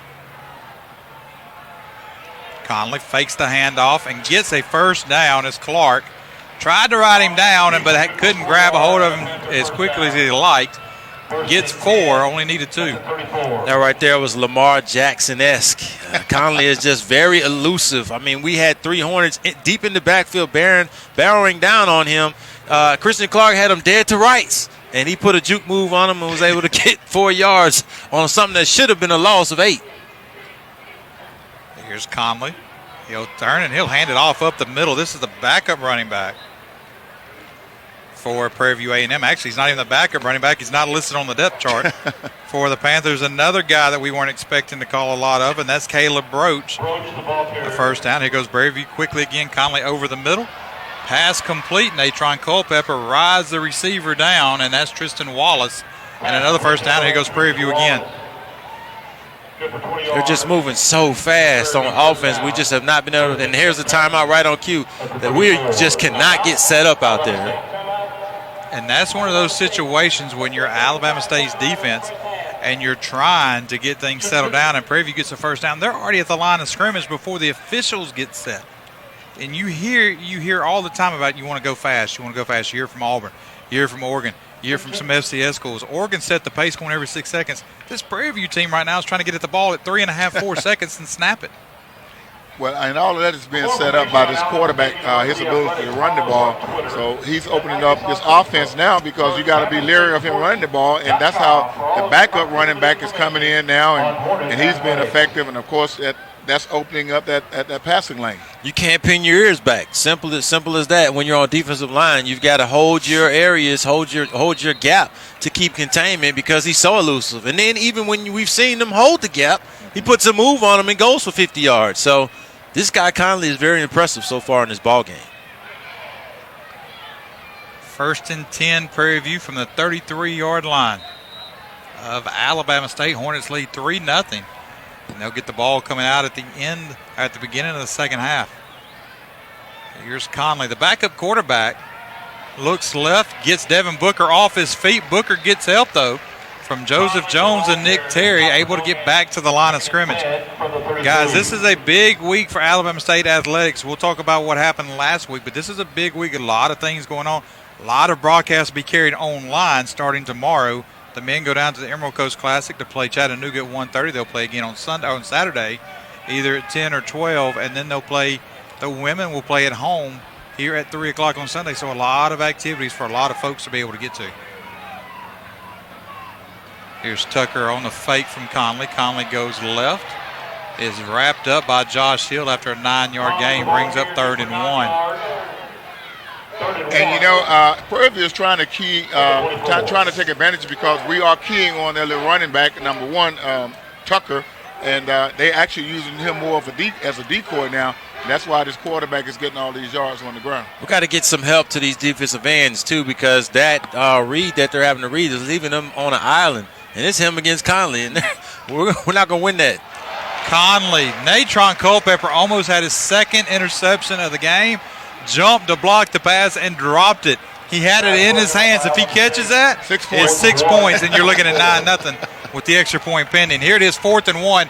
They're going to line up quickly to try to get this 4th down conversion, and now they'll call a timeout as they get set. But again, Natron Culpepper, a big play. And again, this is one of those situations. Alabama State has come up big defensively. So Prairie View, you got your backup kicker. He shanked a field goal, missed it badly to the left. He's had a couple of bad punts. So now you're putting your offense in a situation to where you've got to go for it no matter where you're at.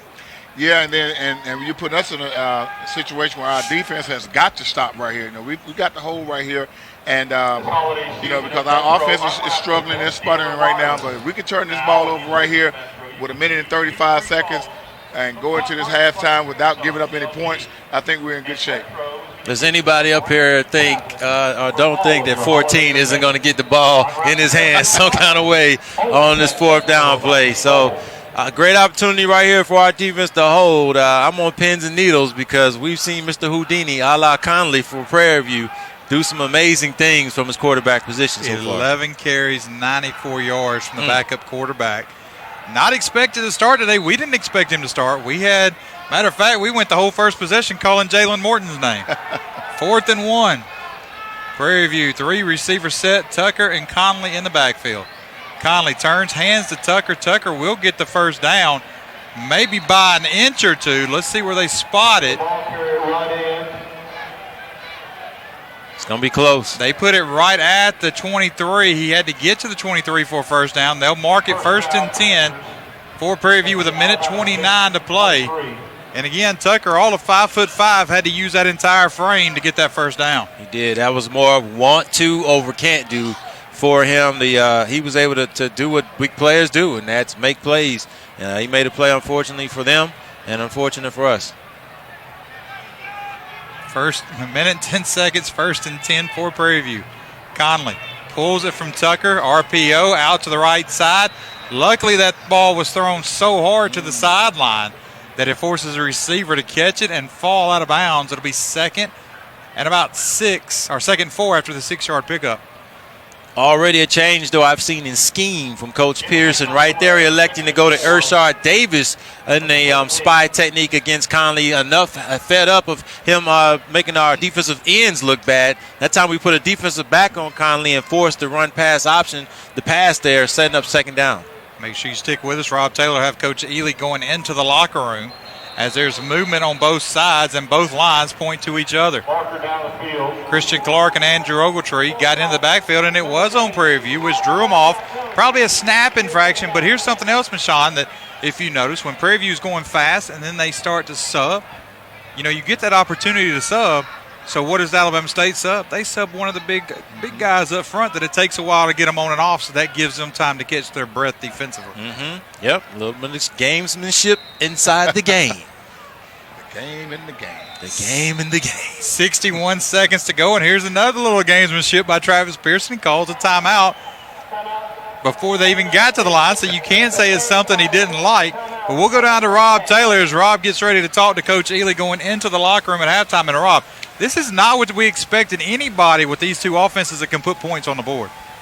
Yeah, we expected to see a whole lot of points by now. And to see the score, Alabama State 3, Prairie View 0, as we head into the half, I never would have thought this would be the case. I thought it would be a whole lot more points, of course, with ASU leading. Also, our quarterback, Kadarius KD, they wrapped his left hand with some tape. And I expect him to get back in there, but we also saw J.C. Coleman's favorite quarterback, Jet.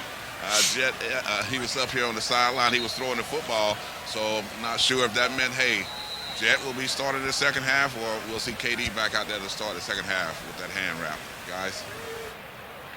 Well, the good news is that's not his throwing hand. If it's his left hand that's wrapped, he's a right-handed quarterback, so I feel better about that. Rob Taylor getting ready for special teams unit down there, standing in the 7th spot at the 50-yard line as Conley goes back to pass. Flush from the pocket, maybe a little hold on Mario Thomas, but because he got flushed, his receiver is tight end, able to get free and gets tackled out of bounds, but got flushed. But when he got flushed, everybody went the same direction.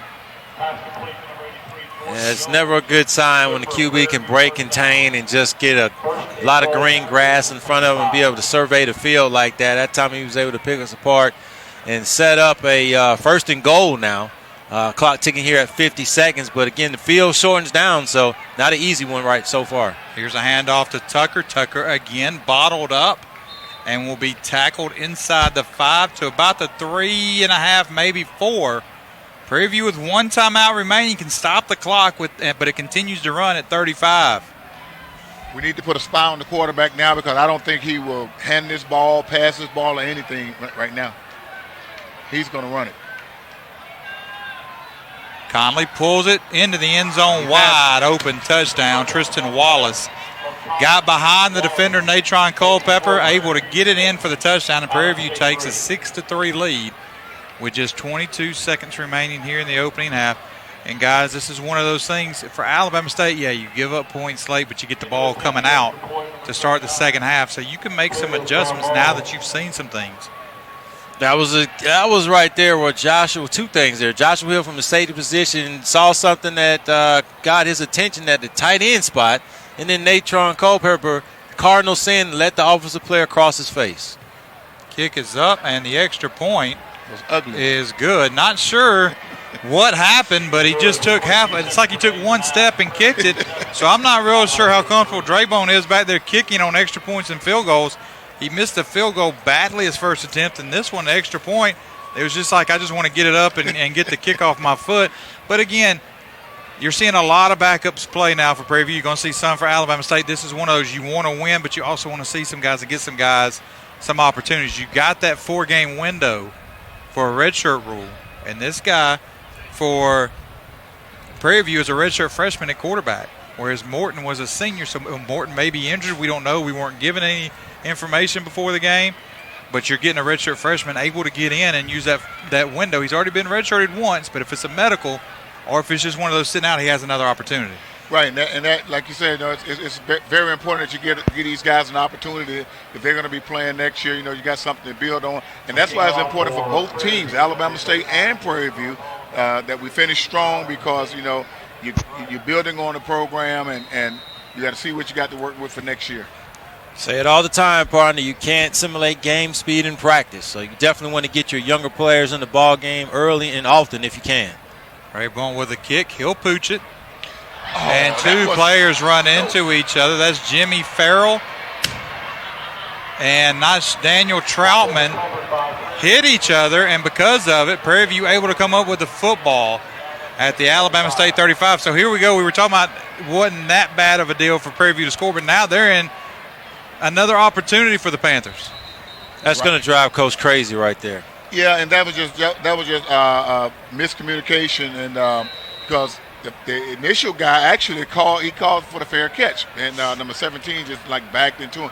But there again, new guys on the field, new guys playing, guys not used to being on the field, and then you get a mistake like that. Got to be aware. Got to be aware, young man. No safeties over the top for Alabama State as they send a receiver motion to Prairie View. 1st and 10 from the 35. Here's the pass attempt from Conley. Blitz was coming. He gets away from Nick Terry, and he's off and running. Forced out of bounds by Devin Booker. He'll be forced out at the 20 with 13 seconds to play. And again, Prairie View still with that one timeout picks up a first down. My, oh, my, he's fast. Nicholas Terry had him dead to rights. Came in a little bit out of control, but still, in enough control where he should have been able to make that tackle in the backfield. Instead, Conley takes it up, threatening now deep into Alabama State's territory. 13 seconds left on the clock. 1st and 10 from the 20. You can bet Prairie View is going to go to the end zone with their kicking problems right now. And again, Alabama State shows blitz. Again, it comes from the right side. Nicholas Terry, pass is caught, tackle is missed. And how about Prairie View? Another touchdown with 7 seconds to play here in the half. So if you tuned into this game in the next 5 minutes and you see the score, it's going to be either 13 or 14-3. You would think that Prairie View was just all over Alabama State, and that's just not the case. 2 quick mistakes in this football game, as close as it was, has opened it wide open for the Prairie View Panthers. And I hate to be critical, but one bonehead play. Here's the extra point by Draymond. Snap, the hold, the kick. The kick is up. He looked a little more confident this time. 14-3, Prairie View leads now with 7 seconds remaining. And, Michon, to your point, this is one of those things where Alabama State and Prairie View were just head-to-head for about, 29 minutes and 30 seconds, and all of a sudden in the last 45 seconds or so, Prairie View has been able to find a hole defensively. Then you have the kickoff return, the botched return, botched fair catch, and then they were able to score. a lot of that is attributed to these defensive guys, their speed along with Conley's speed.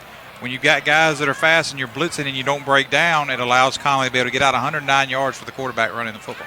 Yeah, and so, instead of going in and asking coach, hey, what can we do on offense? We only got 42 yards in passing so far in the game to get a spark, maybe to Jefferson or one of the guys over the top. Now, we're going to be talking about a guy that did not pay attention on a fair catch on a kickoff return. Like JC said, a bonehead play, just not being aware of where you are on the football field and what's going on around you. And so now that's the difference in the game. This time he kicks it a little deeper. It'll be fielded by Dante Norris, full speed at the 20, makes the catch, runs out to the 35. He'll be stopped there, and they'll let the final second tick off. There was 1 second on the clock when the whistle blew, and then now you look up and it's all zeros. We'll go down to Rob Taylor right now, so he'll get Coach Ely going into the locker room. All right, guys, we're going to wait for Coach to make his way down. You can still hear the enthusiasm, and the guys not holding their heads down. They got their heads held high, even though they're down. Coach Ely, it's got to be a bit frustrating for you to see what happened just before the half. Unbelievable. I mean, we covered it right before he went out there on the field, and then he does exactly what you tell him not to do. So, again, another freshman mistake that we got to bounce back and recover from. Coach, what do you say to the team when you go into the half here? Give us some idea. Come out and play for your fans for a half. Defense has been playing there. We need to get the other phases caught up. All right, Coach. Coach Donahill, Ely. So you guys got to get it together in the second half. If nothing else, play for your fans here today, guys. Well, that's Rob with Coach Ely, and guys, this, you go in, you're thinking you're going to go in 3-0. Then all of a sudden you think you're going to go in 7-3, and then you have the one bad play. But all in all, you still got a whole half to play, and Alabama State can make adjustments here in the second half. Yeah, they can make adjustments in the second half, but I would not want to be on the end of Coach's speech at this halftime. You can hear it in his voice. Like he said, we just went over that, and you go out and do just what we told you not to. So it's going to be up to the players to decide whether they want to come out here and play the second half or whether they're going to lay down and roll over. And for me, it's more of I'm looking at Davis from the quarterback position. It's not so much of throwing the ball down the field. It's more of are you playing within the confines of the game, understanding sticks, downs, situations so that you can put your offense in the best position to make the best play. That's what I haven't seen so far in this football game yet from Davis, is making sure that his offense is in the best position to make the best play. Guys, 14-3, Alabama State trails Prairie View A&M at the half 96th Annual Turkey Day Classic here in Montgomery, Alabama at ASU Stadium. We'll be back for the start of the second half. In about 15 minutes, we'll throw it over to Jay Holsey back in studio control back for the second half. Now, ladies and gentlemen, it's the moment we've all been waiting for. We would like to take a minute to welcome all the alumni. Happy Thanksgiving and happy Throwback Thursday. I want to acknowledge the resilience of our ancestors this holiday as we celebrate with soul food. The food we eat around the holidays is the result of a historical struggle stemming from slavery, when we were only given off cuts of meat, and after slavery, when we often had to grow and forage our own fruits and vegetables, making do with what we had. We persevered with a lack of resources, and now enjoy foods like chow chow, neck bones, collard greens, black-eyed peas, pork rinds, chitlins, sweet potatoes, and the like. We shouldn't eat these fried foods too often, but it's okay to enjoy everything in moderation. This holiday, give thanks for the tradition, love, and resilience around you. This is Erica Monet Brand for Black Hell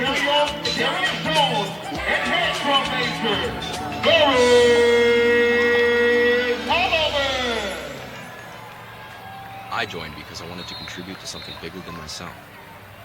On my first patrol, my adrenaline was pumping. I knew it would be tough, but I was ready for the challenge. Always on high alert. After a while, it takes a toll. I was counting the days till I came home to my family.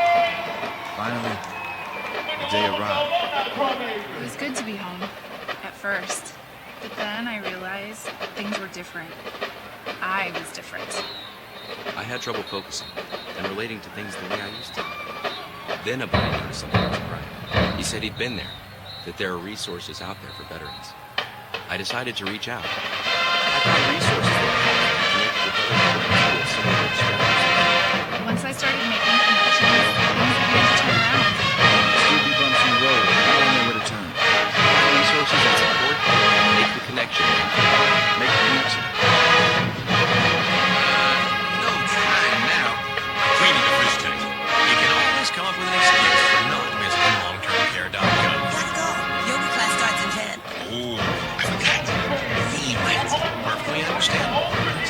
the long-term care got means you actually acknowledge that one day you will be. Dare we say it? Hey, do you see any crow's feet on this house? I don't. And 70% of older Americans will need some form of long-term care services as they age. If you're 50 plus, time to create your strategy for aging so you can stay in charge. Well, you know, 50 is LongTermCare.gov makes it easier to figure out where you want to live, who will care for you, and the newest ways to cover the costs. LongTermCare.gov. Find your own path forward. Hey, is that a new gray hair? Where?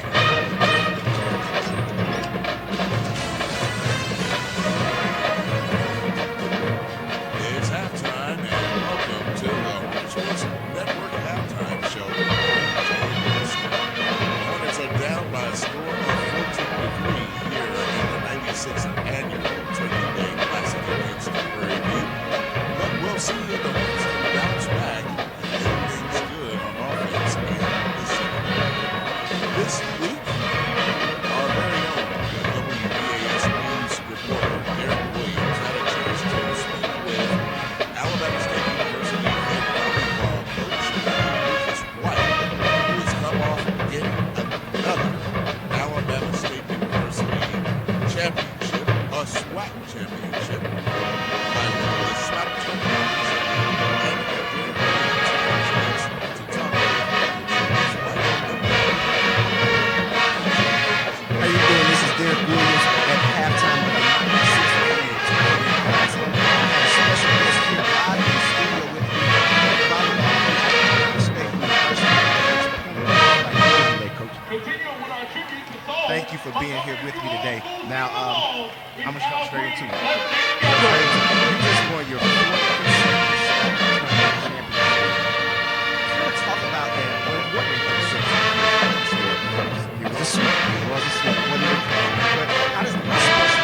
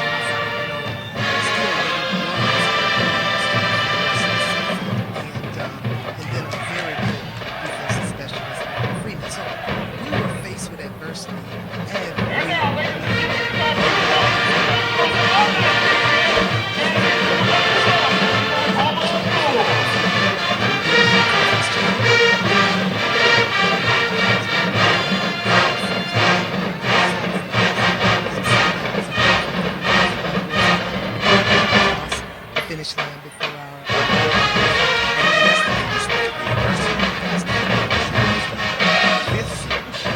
that's not usual.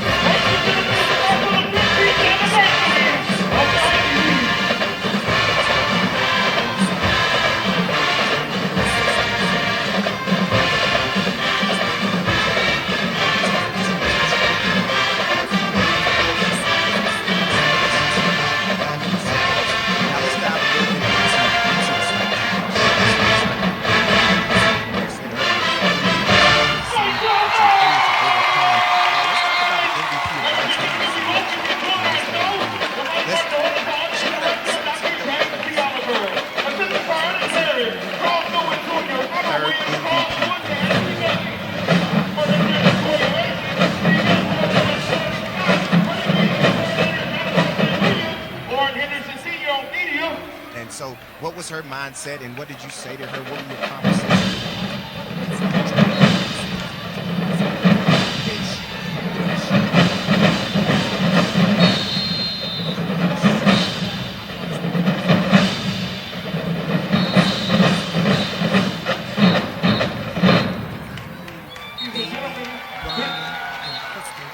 Current alumni and Baltimore Hornets.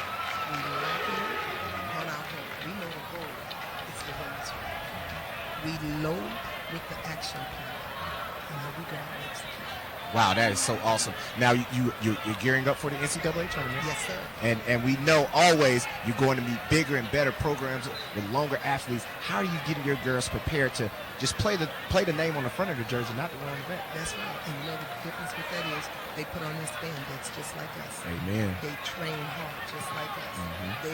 They don't have any different circumstances than we do. And we have something to prove. We're competing against ourselves. And my kids will give you everything that they have. Because I'm going to say it today. Because one day soon, we will get past the first round. Oof. I said it. Wow. And that's big because for you guys to get past that first round and break through, that will be not only just huge for the program, but huge for the SWAC, huge for HBCUs all over the country, for you guys to be that model program. The words that we speak either brings life or death. I speak life into my players. We will get past the first round. When you hear this enough, you start to believe it. You start to train like that. You start to walk and talk like that. And the words that you speak. What'd you say? Jay. Brings my reality. What'd Jay say? Did you say something, Jay? I don't hear nothing. That is so awesome. You got me ready to go put on me some spandex and see if I can catch me a set and get me a spike in, get me a couple of kills. But I am here, and this has been a halftime interview with Coach Penny Lucas White. Coach, I want to say thank you for coming by. I know nobody knows this, but we played email tag for a while. We did do that, but once we got a hook, and now she said, you know what, I'm coming in. So I totally appreciate you. This is our first time meeting. Thank you, and I'm excited. Thank you so much. And that is it. This is Derek Williams with Coach Penny Lucas White for halftime of the 96th Annual Turkey Day Classic. Go Hornets. A few years ago, I noticed my vision getting blurry, and things I do every day, like reading and driving, were becoming. You got about 3 minutes, Jay. Part of getting older, but I was wrong. I have a disease called age-related macular degeneration, or AMD. It's the leading cause of blindness in people 55 and older. The good news is there are treatments that can reduce vision loss from AMD. Plus, there are things you can do now to lower your risk of getting it in the first place. The Foundation Fighting Blindness provides information about preventing and managing AMD. Call the Foundation today at 800-585-0516 for a free AMD packet. And take the first step toward protecting your vision. I'm thankful I found out about my AMD early enough to still be able to try to do what now? See the faces they were trying to listen. Is that mixer? No, Tavis ain't got it on. Free AMD. It's not in here. No, he ain't got it on. Home is a big I don't see nothing. Protecting that I don't. Yeah, it's on. It might be on. I see the lights on it. Association. You need to think about how your community is. But he told me don't worry about. Well, is this on? Is your manager trained and certified? We are. They say we can't hear it. They said CAI, Jay said, Community Associations Institute has the tools you need to protect your home and community. What? CAI is a Jay, you there? nonprofit organization Yeah, with resources you need to answer these questions. I can't hear you. Can you speak up a little bit? Where your mic's up. Everything you need to build a great community. Yeah. CAI has. What are you talking about on the stream? Yeah.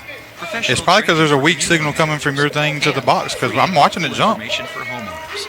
Learn more at Responsible Community. I mean, I'm watching it jump, and Walt's in there, and he hadn't come down here to say they're not getting any audio yet. And your quality of life. Let me go down there and check with him real quick. How much time? Well, we got 90 seconds before we come back. Let me run down there and ask him real quick. We the people are guaranteed 5 freedoms in the First Amendment. Freedom of speech. Freedom of religion. Freedom of the press. Freedom to peaceably assemble. Plenty food. To petition the government. Only the United States has these That turkey, so that turkey and that cobbler. Hey, man, you grab a turkey leg, take to the house. Nah. Sponsored by the Then Auntie gonna be mad. See, I wasn't supposed to eat. So, you know. Montgomery and celebrating Rosa Parks Day in Alabama, starting November 30th with a Unity breakfast. Okay. Go ahead, Jay. Yeah. I got you. If I change it and put it on that side. That's cool. Yeah. You sound good. Yeah. I thought it was kind of short. Yeah. 64th anniversary of the Montgomery bus boycott. Yeah, well, I had to change the size. You have to change me up, man. I had to change size on JC. My grandfather served in World War II. Had to redo it. Waiting on tablets to get back. I became a physician at VA because of my grandfather, so I can help others like. I can't imagine working with better doctors or a more dedicated staff. I'm fulfilled. Hey, I adjusted everything. We're ready to go, though. With my team, and thanks to these veterans. I'm proud to be a doctor at VA. I'm proud to honor my grandfather every day. Better get your mic up off your mouth. Search VA Careers to find out more. Oh. 3, 2, 1, you're back. 14-3 as we get ready to start the second half here from ASU Stadium. 96th Annual Turkey Day Classic. Travis Strowman, Sean Sanders, J.C. Coleman, Rob Taylor alongside with you, Mel Marshall.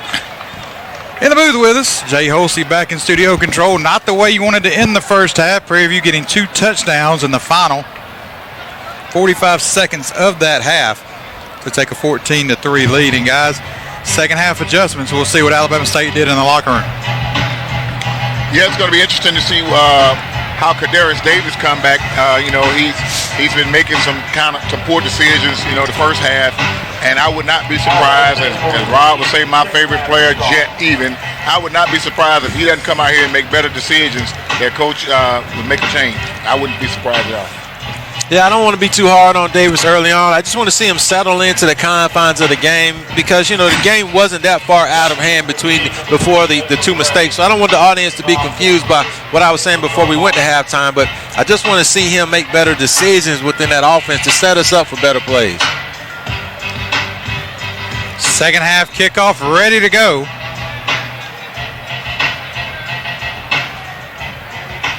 Prairie View to do the kicking duties.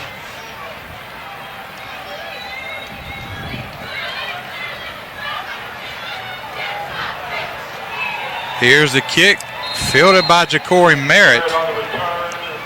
And he'll get it to about the 32, where Alabama State will start 1st and 10. They'll mark him actually back at the 31, it looks like now. 1st and 10 Hornets to start the second half. We got one official at the 30, one official at the 31, and now the referee's going to put it down at the 31. He was about to initially put it down at the 32, which is where Merritt was tackled.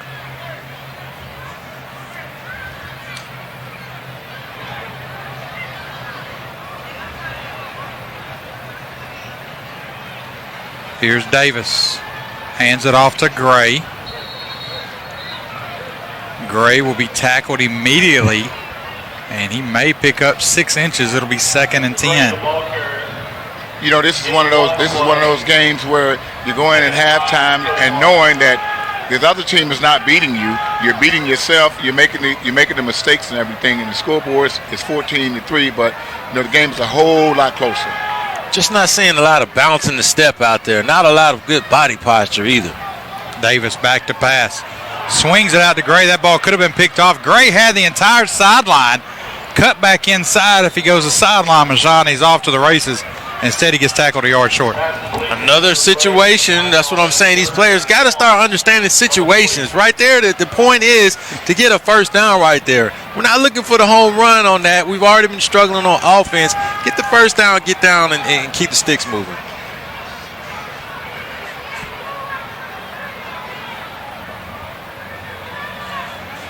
Davis hands it off, and Merritt may not have gotten it. Let's see if he's a left foot or right foot spot. It's going to be close, and they'll give him the first down. 1st and 10, Alabama State from the 41 of Prairie View. Yeah, it looks like he got the left foot spot instead of the dreaded right foot on that one. First down, good job. You'll take it. 1st and 10, Alabama State from the PV 41. Davis looks to the sideline.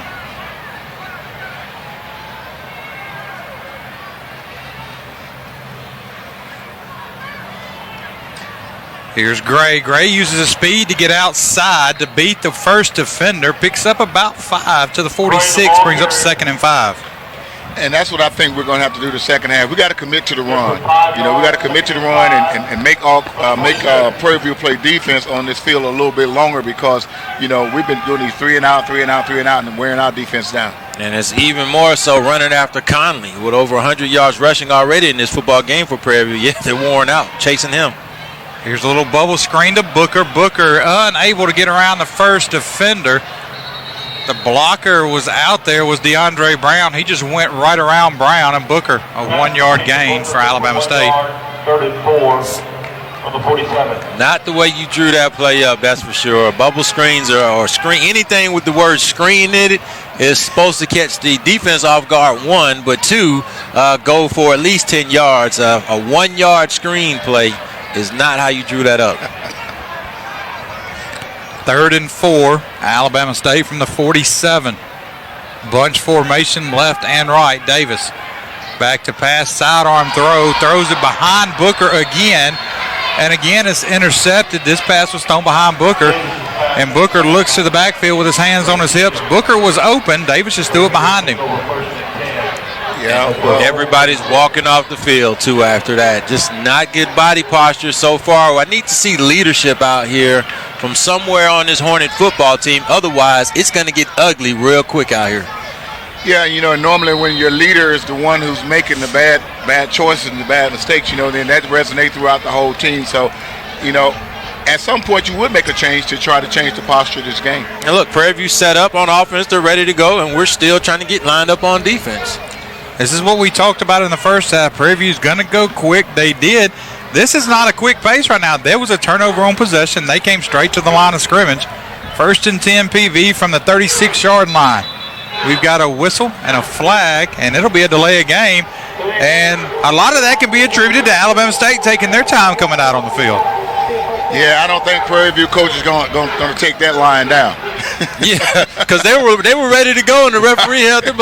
I mean, I know we're the hometown radio, but I got to call it like I see it. And that's exactly what Eric Dooley's doing. He's yelling at the referee and just waves his hands at him. That is all attributed to Alabama State, folks, coming out on the field late. Maybe we should walk out there, right? They're not going to reset it. Here's Conley. He'll rip it out of Tucker's belly, and he'll throw it down the right sideline wide open, overshoots his receiver.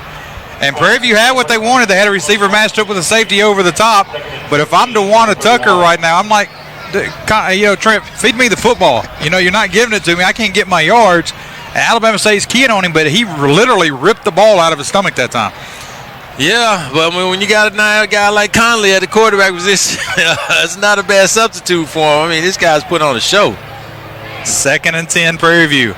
This time he'll hand it to Tucker, and Tucker's wrapped up at the line of scrimmage. And then when you have a 14-3 lead, and you can do more things, you know, so he has more liberty to do more things. Not how Alabama State wanted to start on their opening possession in the second half with an interception. Now the defense has woken up a little bit, and they've got Prairie View deep, 3rd and 15. Let's see what happens on this down. And that's why you defer to the second half, so that when you come down in the second half, hopefully the game is close, and then you're going to go down and score and either tie it up or go ahead for the go-ahead score. Money down. Got a whistle, a late whistle, and there'll be a false start. I'm trying to figure out, there's the flag. I was looking where he was. He threw the flag about 4 yards from where he was standing back in the backfield. So it threw me off. That and the gold pants at Prairie View are about the same color.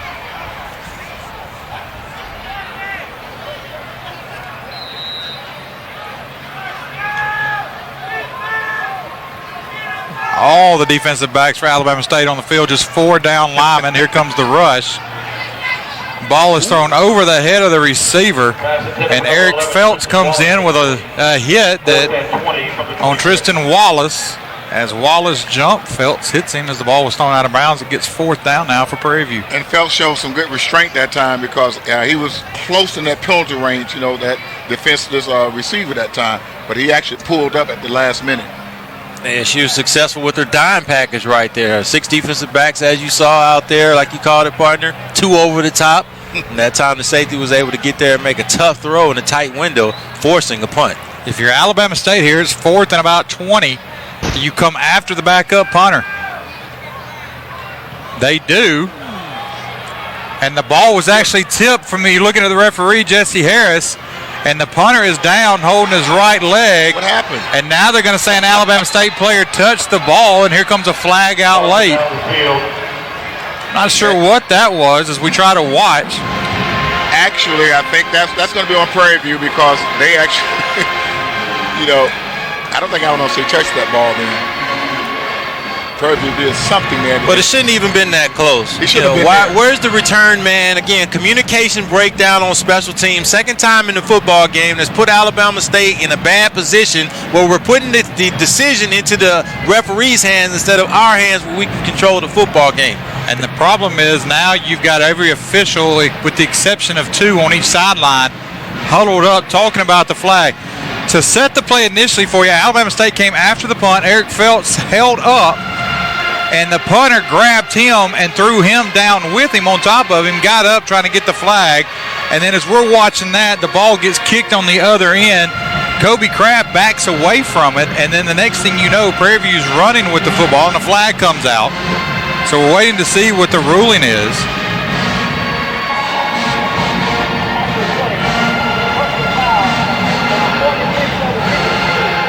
That foul will be enforced 15 yards from the end of the kick. Alabama State keeps the football, 1st and 10. So it's a personal foul against Prairie View, not a halo coverage, but the ball, they pushed the Alabama State receiver into the ball. Right. And then after that, they had some other issues going on, which drew the personal foul call. This is a Prairie View team that has gotten in trouble a little bit in the past in their pregame running through teams. We had a chance to talk to the officials. That's why they were held in their tunnel for so long and told to run straight to the sideline, not on the field.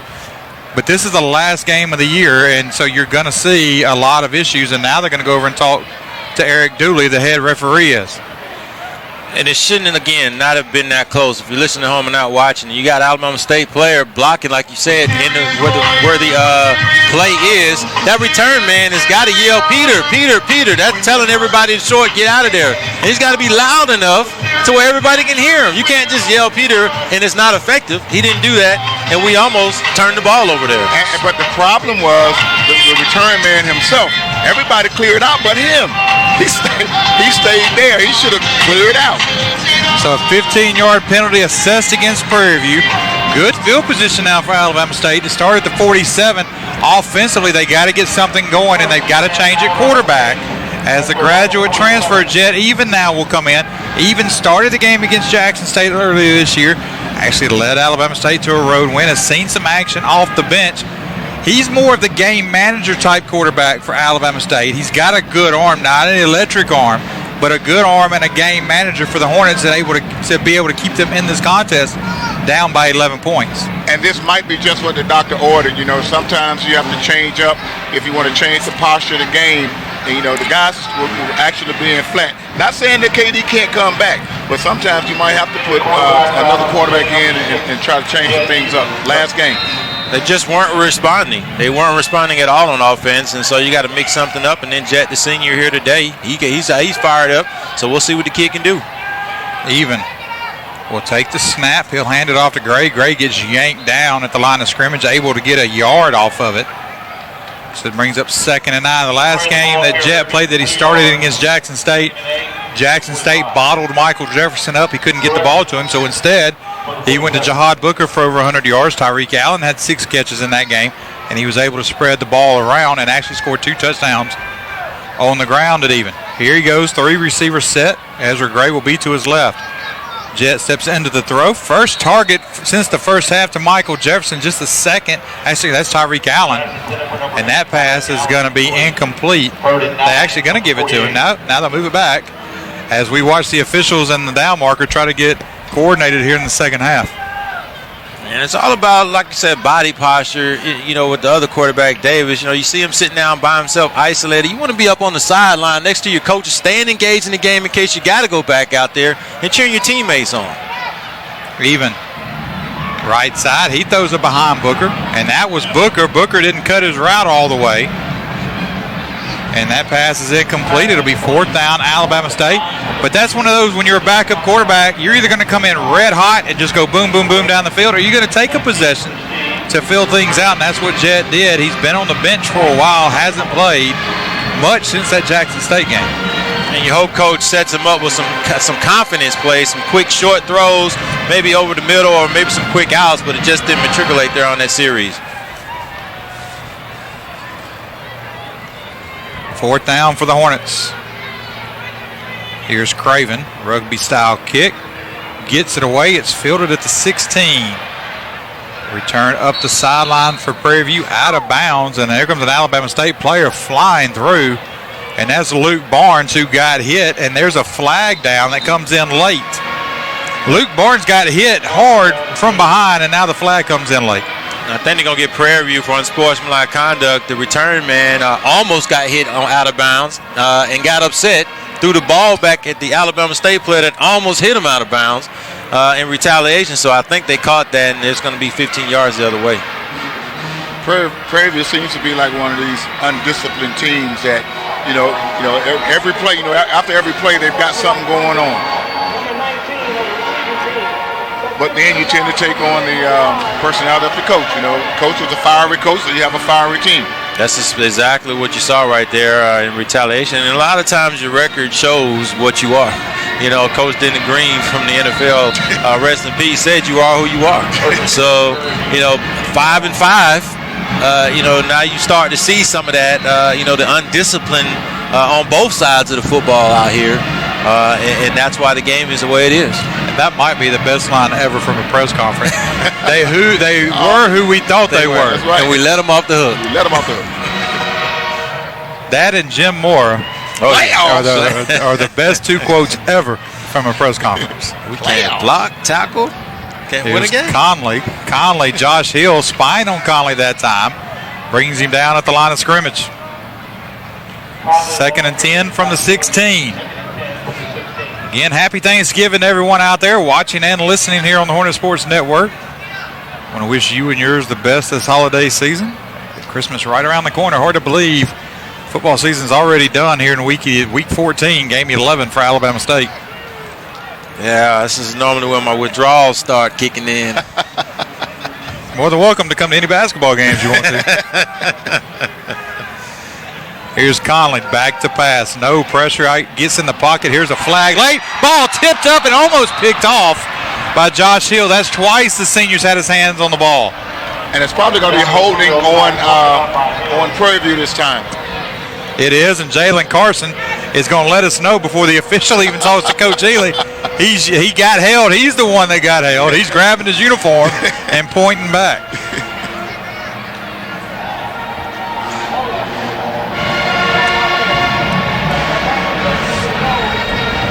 And the defense can only hold up for so long. Defense is playing great. At some point, the offense is going to have to turn this thing around and put some points on the board and sustain some drives. Let's go to station ID, please. 9:22 to play here in the 3rd. It'll be Prairie View football, 2nd and forever. They haven't even put the yardage on the scoreboard yet. I think everybody in here is trying to count. That's about 2nd and 19, 2nd and 18. From the 8, and they're going to tell the Alabama State band to stop playing. Let's get a station ID, please. We'll pause 10 seconds for station identification here on the Alabama State Hornet Network. Broadcasting from the campus of Alabama State University, this is FM 90.7 WVASHD, Montgomery, Alabama. You're back. This is Conley. He'll pull it and give it to Broach this time. Caleb Broach gets outside. He'll be knocked out of bounds at the 14. And Michon, this is one of those things. This is going to be an uphill battle for the referee with those bands because you got the alumni band and the regular band. So you went from 100 to about 400. Yep, and we're loud and proud. That's got to be an awesome feeling, though, isn't it? To be able to come back and relive some of your glory days as a student, band member here at Alabama State University. My wife, Marilyn Sanders, is one of those alumni down there. They've been practicing all week, going longer than the football team, I told them. And it shows. Here's Conley up the middle, and Mario Thomas again with a stop. Brings up 4th down for Alabama State, or for Prairie View. Michon, how would you like to come back as an alumni football player? Well, I tell you what, partner. Go across the middle. Let's up the ante a little bit. Well, let me preface that with I would love to come back and do everything through the pregame stretch, and then once the stretch is over, go on to where we belong, and that's in the stands or up here. Let the players do what they do. Yep. That 4-4 is now probably a 5-2 now in the 40. Here's Draymond. He'll go right this time with the rugby. Again, pressure. This kick will go out of bounds, and while they set the marker, we'll go down to Rob Taylor on the sideline. Rob, you're down there amongst all that noise and all the alumni. How's it going with all the people that are back today? It's been loud down here on the sideline, and a lot of faithful Hornet fans are still here in the second half, hoping and wanting something great to happen for this Hornet football team. These are the diehard faithful Hornets. They know that the Hornets are down, but there's a great chance the Hornets can come back and win this football game. So you see a lot of black and gold still up in the stands, and that's a great feeling to see these Hornets. And Mr. Sanders, I think you're good for at least one reception. At least one. Then you come on the sideline. I appreciate you, partner. We might go 4 or 5 yards and turn around. I appreciate you. We can do that. 3 receivers set for Alabama State. 1st and 10 from the PV 30. Jet, plenty of time to throw. Goes over the middle, out of bounds. He had Tyreek Allen, Jahad Booker down the seam. He had Jimmy Farrell out left. He had Michael Jefferson out right. About 4 verticals on the first play from scrimmage that time for Alabama State, something we haven't seen today. And I think that's one of those times when Jet actually held the ball a little too long. He actually allowed the defense to catch up with the wide receiver that time. And matchups. So, again, he went over the middle. That's where there was double coverage. There was single coverage outside to your number 1 receiver, Michael Jefferson. Throw it up and give him a chance. And you talk about single coverage. There it is again. This time they put it in the belly of Ezra Gray. Gray lowers his head. He could have been stopped for about a 2-yard gain. He lowered his head and gets 9. It'll be 3rd and 1. He finished off the run, and that Prairie View number 24 actually got the worst end of that deal. And the tempo's changed. You see they picked it up. Tempo has changed. New quarterback, got a little energy now after that last possession. 3rd and 1. Prairie View shows blitz. And this is football these days. You show blitz, you look to the sideline. Sean Anderson gets the call from Joe Blackwell. He relays it in. You've got Gary Harrell up here in the booth that sees something. Former head coach, former offensive coordinator. Here's Gray right side. He turns it up. Gets across the 20. That's all he had to do. Picks up a 1st down to the 19 with 7:07 remaining here in the 3rd. And you can hear the crowd here at ASU Stadium. Hard for us to see from our vantage point down below us because of the upper deck and then the fans under. A lot of fans still here, you could tell, after that 1st down play. That turkey tastes awfully good after a victory. Here's Jet. Going to the end zone to Booker. Back of the end zone. We'll say this, incomplete. Mashani threw where only 1 person could catch the football. Yep, and I have no problem with that play at all. That definitely keeps the defensive backs for Prairie View aware and alert and honest. So they can't keep coming down and walking down on our wide receivers today. And that's a good thing, too. Jet didn't try to force that ball in there. You know, it's 2nd down. You got another opportunity. 2nd and 10, Alabama State from the 19. Gray will be to Jet's left. 3 receivers set to the wide side of the field, which is the left. Nowhere to go. Jet. Ezra somehow gets out of that. Holy cow. Gets to about the 16. Gray was dead to rights, 4 yards back in the backfield. He and Jet got tied up because neither knew who to take the ball because there were 3 defenders standing right in front of him, but Gray able to get out of it and get positive yardage. And that was great individual effort by Ezra Gray that time. 3rd and 7. Well, I was going to say, you kind of wonder now, being down 14-3, is it panic mode time yet here, middle of the 3rd quarter? Do you go for it on 4th down? Or do you let Hunter Hanson get within a touchdown and a 2-point conversion? Here's Jet. Hits Booker at the 10. Booker hit immediately, and here's going to be the answer to your question. It's going to be 4th and inches at the 10. They've only got to get to the 9.5 for a first down. And that's on the wide receiver. Again, these are the plays at wide receiver. This is what we do. You have to go where the sticks are and go a yard past that because you got to know you're going to work back to the ball and the DB is there. Here's the answer to your question, 4th and inches for Alabama State, almost 4th and 1. Prairie View walks up, shows blitz. Alabama State looks over to the sideline. Joe Blackwell sees something he likes, gets the call from upstairs. With 10 on the play clock, they're going to go for it. 4th and goal, Alabama, 4th and 1, Alabama State. Gray gets hit at the 10. He's going to try to drive. It's going to be close.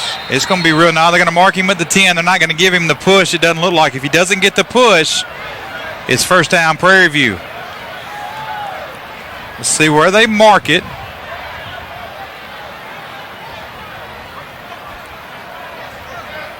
He's going to be short. They're going to bring the sticks out to measure. But from here, he looks about 6 inches short on the play. And all that is just one guy hitting the pile to push it forward, but they blew the whistle right before that hit. And he ran into the back of his offensive lineman. I know they got blew up on the play, but it looked like if he would have just stayed with the original play to the right side of the offensive line, he would have picked up the first down.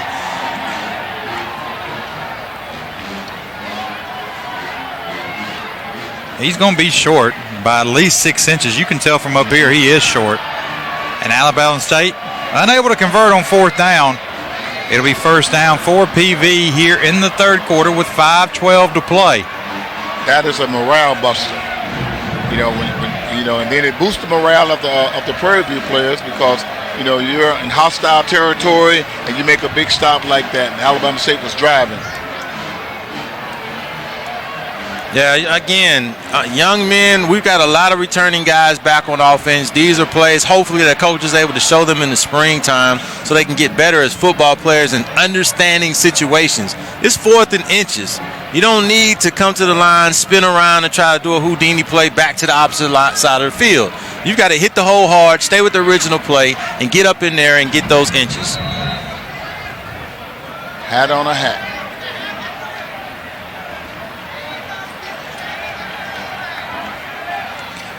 Here's the snap, and again, Conley puts it in the belly of Tucker and able to pull it out, and he's off to the races. 40, 45, 50, 45, 40 before he gets tackled inside the Alabama State 40-yard line. And again, that's just a quarterback who's struggling throwing the football. You know he's struggling the football, just takes it out of Tucker's belly and takes off. Yeah, that's just a testament to Tucker. Tucker had 5 tacklers around him, so they're giving him all the attention. The quarterback pulled it out, and that's why the quarterback has almost 200 yards today. 1st and 10 PV at the Alabama State 37-yard line. Here's Tucker. First initial hit by Lucky is able to bounce off of it and wrapped up by Christian Clark, Jalen Carson, and a whole host of Alabama State defensive players, but not before he picks up 4.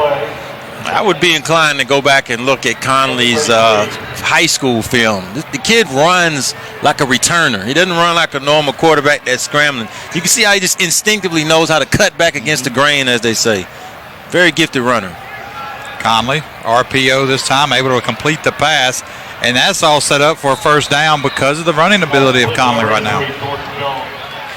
Yeah, they got all the momentum in their favor right now, and actually they're the team that wants it more right now. They're playing like they want it more than Alabama State. 1st and 10, Prairie View from the Alabama State 18.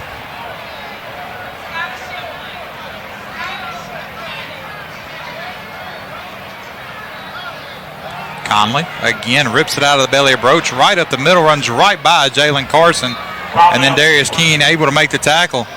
Conley gets up a little slow after that hit, and he's limping a little bit going back to the huddle. Good for 11 yards. Maybe that's the only thing that'll stop him.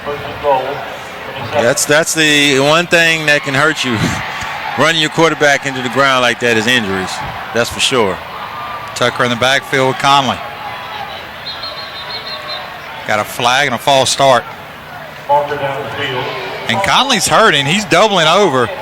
He just doubled over again after that flag. And you see the quarterback with his helmet off next to the coach over there. He's ready to come into the game. And that's Morton. That's who we thought we were going to see. And it may just be more of a fatigue thing. The kid has run for 175 yards, and we're not even to the fourth quarter yet. I'm anxious to see what the SWAC record is, rushing record at quarterback. Here's Tucker. We haven't called his name much all day. There it is. In the end zone, scampering for 12 yards and a Prairie View touchdown. And just like that, it's 20-3. After the fourth down conversion, couldn't convert. Prairie View goes right down and punches it in. And again, it's one of those situations. You've got a whole quarter remaining and 3 minutes left of this quarter. How do you respond? Now you got to respond quickly. Now, Michon, what you were talking about, now has to start happening. Now you've got to start speeding things up a little bit because the clock is now your enemy. Yeah, I expect to see nothing short of 2-minute offense the rest of the way of the course of this football game. Not a lot of time left at all. You need every possession you can get as they get ready for the try, and it looks like it's going to be blocked by Alabama State. So a little bit of a relief right there for Alabama State, if you want to call it that, on the field goal kick try, extra point try by Prairie View. No good, so Alabama State blocks the kick. It's now 20-3 Prairie View, 3 minutes left in the third quarter. Timeout on the field. We'll take it with them. Prairie View leads 20-3 back after this timeout. My name is Bobby. I'm a veteran and lost my leg to a roadside bomb. My victory was going from a wheelchair to becoming a weightlifting champion. I'm Sam. I'm a veteran. My victory was finding a career I can be proud of and supporting my family. America's veterans are on their most important tour, the tour of their lives. I'm a veteran. My victory was going from homeless to home. At DAV, we're on a mission to help veterans get the benefits they've earned. I'm a veteran, and my victory was finishing my education. DAV offers veterans of all generations a lifetime of support for victories great and small. My victory was proving that disability is not a limitation. My victory was getting my service dog a new best friend. We help more than 1 million veterans every year as they face and conquer their challenges. My victory is being able to be there for my family. When America's veterans win, we all win. Help us support more victories for veterans. Go to DAV.org. 3, 2, 1, you're back. Welcome back to ASU Stadium. Travis Jerome, Sean Sanders, J.C. Coleman, Rob Taylor alongside with you. Mel Marshall in the booth with us. Jay Holsey back in the studio.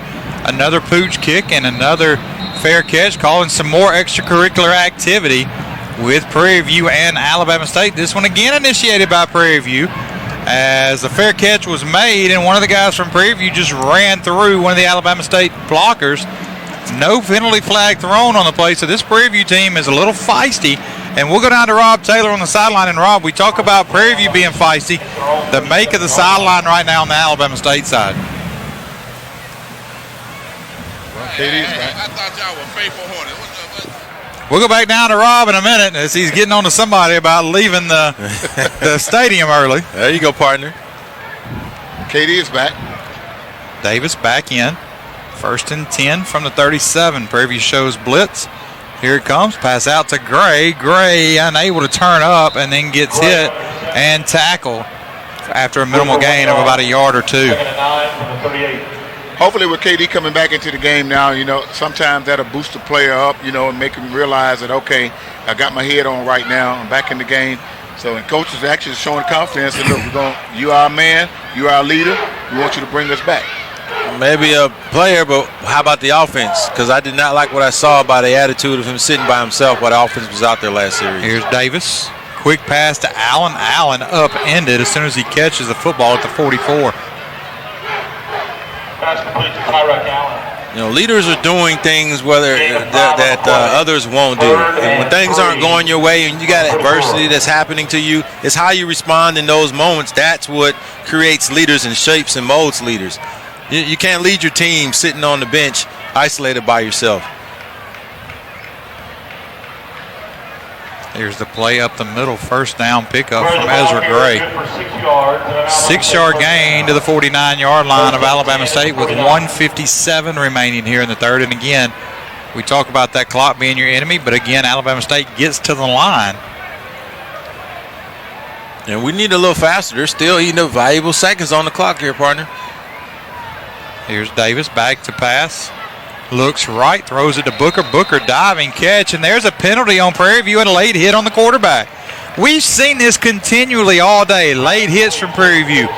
Just unsportsmanlike penalties from Prairie View, and it's getting to the point now of when are they going to do, when are the officials going to step in, because that's a very, very late hit on the quarterback. Yeah, and you know, they're going to do it until the officials start calling it. So good thing we got that call now, so hopefully that sends a message. But more importantly, hopefully we do something with it now. We got 15 yards added on to that. Hopefully we'll do something with it. And he's getting the earful from his coach on the side. That is a long, lonely run as a player. When you get that flag thrown on you, let me tell you now, you're trying to go away from the coach, and it seems like he's got a heat-seeking missile on you. I don't care what angle you take, he's going to meet you right when you get to the sideline. TV shows blitz. Gray runs away from it, unable to get away from the first two tacklers, however. Gets it inside the 30 to the 29. We'll see if Rob Taylor is through getting on to the Hornet faithful for leaving the stadium. Rob, how's the attitude right now on that Alabama State sideline? Hey, on the sideline here, it's still somewhat upbeat, but in the stands, man, they have been attacking me. They're so frustrated with the play of the team right now, but I'm trying to encourage everybody to stay because we still got another quarter of football to play, and the guys need the support. So I know it's frustrating for the fans, but hey, we still have another quarter to go, and they need all the support they can get right now because we can turn this thing around. Jahad Booker with the catch. They say it touched the ground as soon as he caught it, but Mashawn, if I'm not mistaken, if a receiver in the ball hits the ground, isn't it an incomplete pass? Yeah, I wonder if they were just saying it's like his knee went down. It looked like he went down on one knee to get it instead of with his hands. If he just used his hands to reach down there, he would have still been running. 3rd and 4 for Alabama State. Davis looks right. Catch made by Josh Knight. Haven't called his name all day. And, guys, if you look at it, Prairie View has bottled up Michael Jefferson today. He's been targeted one time, and that was in the first half. Now KD's looking to the right side the entire time while Jefferson's left. Don't know if that's a baiting move because Davis has Jefferson one-on-one with the end zone right here within grasp. Instead, they go to Gray. Gray again runs into the back of a lineman, but able to get away and get outside. We actually got a free play that time. And he's out of bounds at the 8. They'll decline this penalty and make it 2nd and probably 1 instead of going 1st and 5. I just wonder, is Knight getting the ball with his eyes closed and then opening him up, because he continues to run in the back of the offensive lineman, up the middle of the offensive line, and then it's like once he gets that collision, he wakes up and is like, oh, let me go find a hole and execute. But you mean Gray? See, yes, Gray. I'm sorry. Yeah, Gray.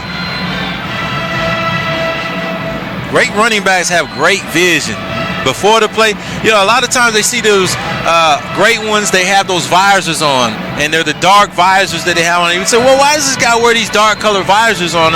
They didn't want you to see the eyes of the running back, because linebackers were keying in those eyes of the running backs and know where they wanted to go.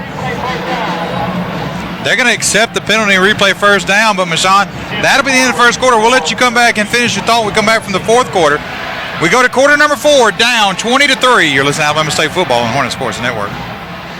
Look, let's face it, there's a lot of music out there. So how do you cut through it all to find the best of the best? Hey, this is Kyle LaRue with your invitation to join me and the bass band Marcella Shepard. Each week we're counting down the top 10 jazz albums of the week, presenting a unique perspective on the music and the artists making it happen. We feature the best new music hot off the press as well. You'll find that and more when you join us here for the cool Jazz Countdown. Saturdays at 8 p.m. on FM 90.7 WVAS, the sound of excellence. Jay, we need to come back. They got to run one more play. Imagine.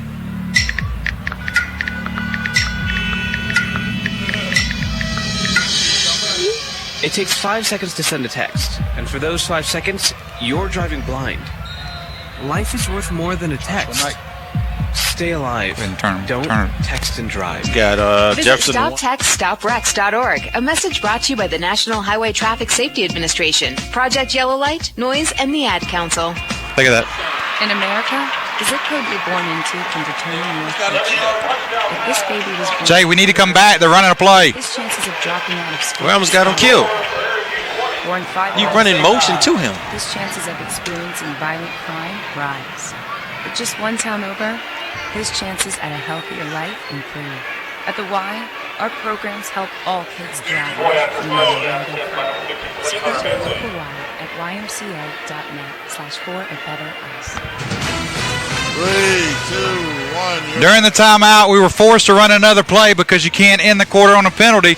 And during the timeout, Davis hits Michael Jefferson on a quick slant. Jefferson makes the catch for the touchdown, Alabama State. Hunter Hanson misses the extra point. Score 20-9 now as we go to the fourth quarter. And, guys, we'll stay here during the break between quarters because of having to go to that break and come back. And able to get the points at the end of the quarter, which is a good thing. We're down 11 now going to the fourth.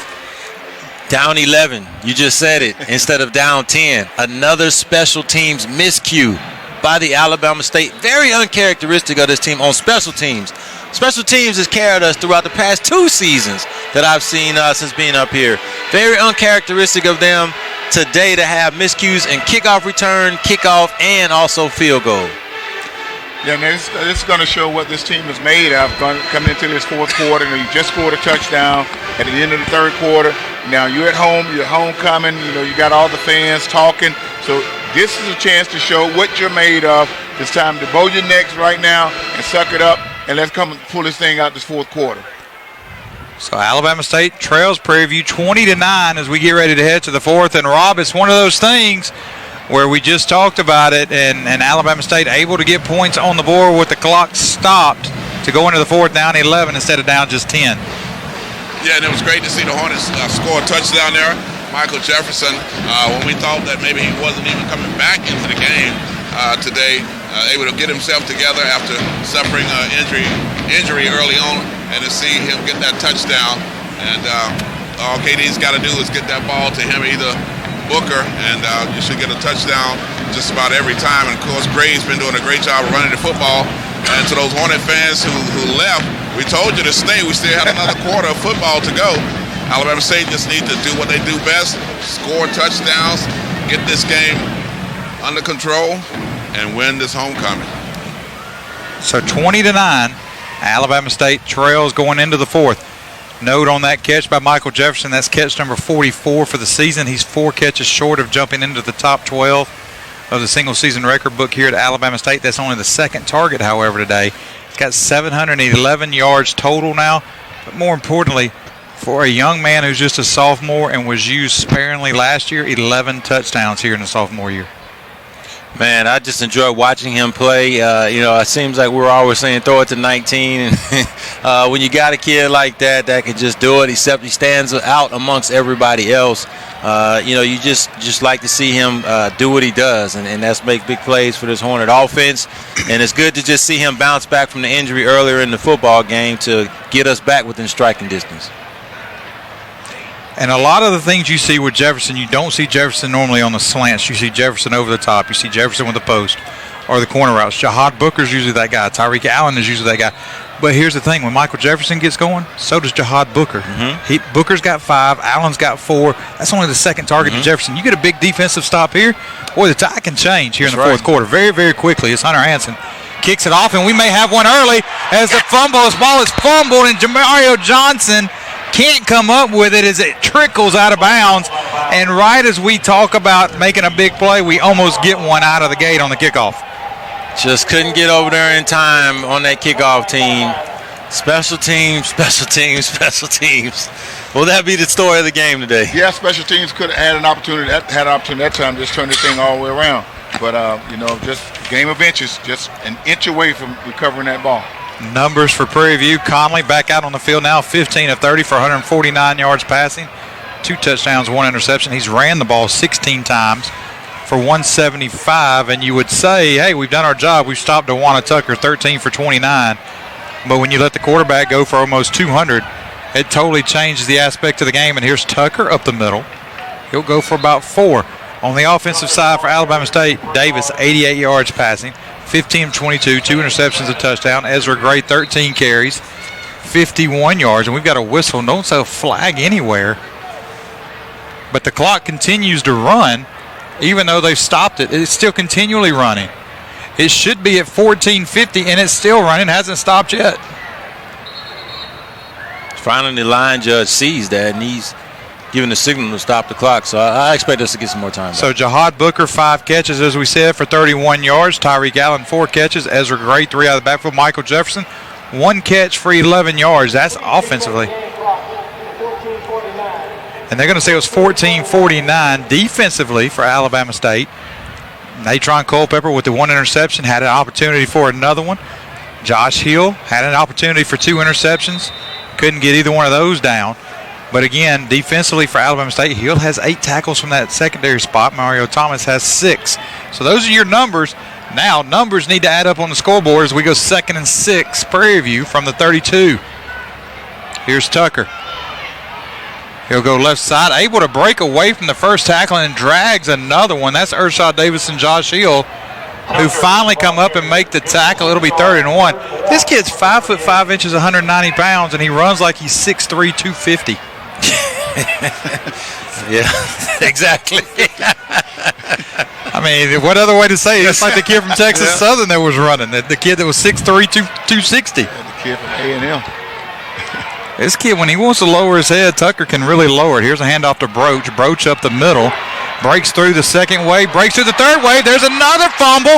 This time Natron Culpepper will pick it up. Josh Hill knocks it out from behind. What you talk about, you get to that next level, Mashawn. Hill does the same thing that happened to Ezra Gray. Yeah, and right when we needed it to, Hill was timely with his hit. And the more important or impressive play there was, Culpepper, being able to keep it from going out of bounds. Right. That's not easy with that ball bouncing like it is. Great hands by the young man there from his corner position, setting up the Hornets now in striking distance. Rob talked about everybody that left early. Here we go. We got a ball game. Folks in getting in your car, just turning on the radio. There are no pass outs here at the stadium. We apologize. You got to listen to us for the next 30 minutes. As it's 20-9, Alabama State now in possession of the football. 1st and 10 from the 31. Here's Davis, drops back to pass, heavy pressure, hits Michael Jefferson. Jefferson makes the first man miss, tries to make the second man miss, and dances his own self out of bounds, but not before he picks up 5, and here we go. Now they're looks like they figured out, hey, we got to go to Mike now. That's 2 straight pass attempts, both to Jefferson. And looked like that setting out for 2 plays did our quarterback a lot of good. So he's come back now and shows that he's a true leader. Here's Davis, hands it off to Merritt. Merritt able to get away from one man. They're going to give him a yard on the play. Ja'Cory Merritt running a little hard for a freshman, gets hit, pulls away, gets a yard, but nonetheless it is a yard, so they're able to move the sticks a little bit. And I expect him to get stronger, obviously, once he was in high school last year. He's a true freshman, so he'll be able to get those legs stronger in the offseason and be able to break those for longer runs. Here's Davis with Merritt in the backfield. 4 receivers set for Alabama State. Davis drops back to pass. Quick pass caught by Jefferson. What a catch by Michael Jefferson down to the 46-yard line. But just when you think it's about to sail over his head, somehow he reaches up there and grabs it.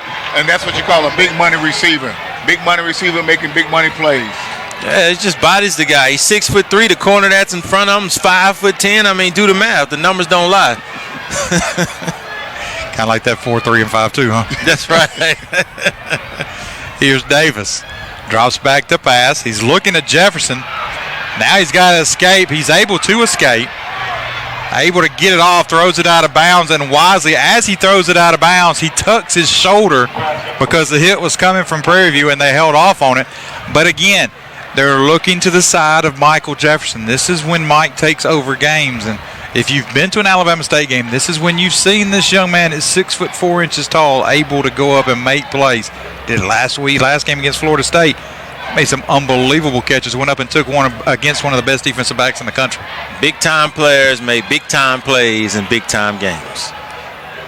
Here's Davis. Drops back to pass. He's got to dump it off to Merritt quickly as the blitz was coming. Merritt across the 50. Merritt to the 40. Merritt to the 35. How about that? Davis just dumped it off to him with that heavy blitz coming. I don't even think Merritt was expecting it, and took off running and is down at the 35. And that's a good move by Davis that time. He felt the blitz coming. He saw it coming. He dumped it off. Great play, great decision making. That was set up by Michael Jefferson again, going in on what we call the crack block. Block set the edge for the running back on the swing play and was able to get upfield for the first down. Here's Davis looking across the middle, goes across the middle, in and out of the hands of Tyreek Allen. Not sure he would have been able to do anything anyway, and I don't know if he really dropped it or if it was hit out of his hand because he had a defensive back draped all over him the entire way. JC's going to tell me if it hit his hand, he's supposed to catch it right. I will say that, sometimes you get a little cold out there when the ball hadn't come your way throughout the ball game, so you get a little rusty. We got rhythm, too. Quarterbacks need rhythm throws. We need rhythm catches, so I chalk that up to a lack of rhythm on the catch. 11:52 to play here in the final quarter. Davis, quick pass, and this one is dropped. And again, it's Tyreek Allen. This one didn't hit his hands, hit his belly. I got to get through. I can't bail him out on that one. We just came back to you back to back. We got your hands warm on the first one. You should have been ready on the second one. Yeah, you should have been ready on that one. And there you go. Tyreek will go to the sideline now after 2 consecutive plays that they went to him and dropped both passes. You got to make those plays. You got to make those.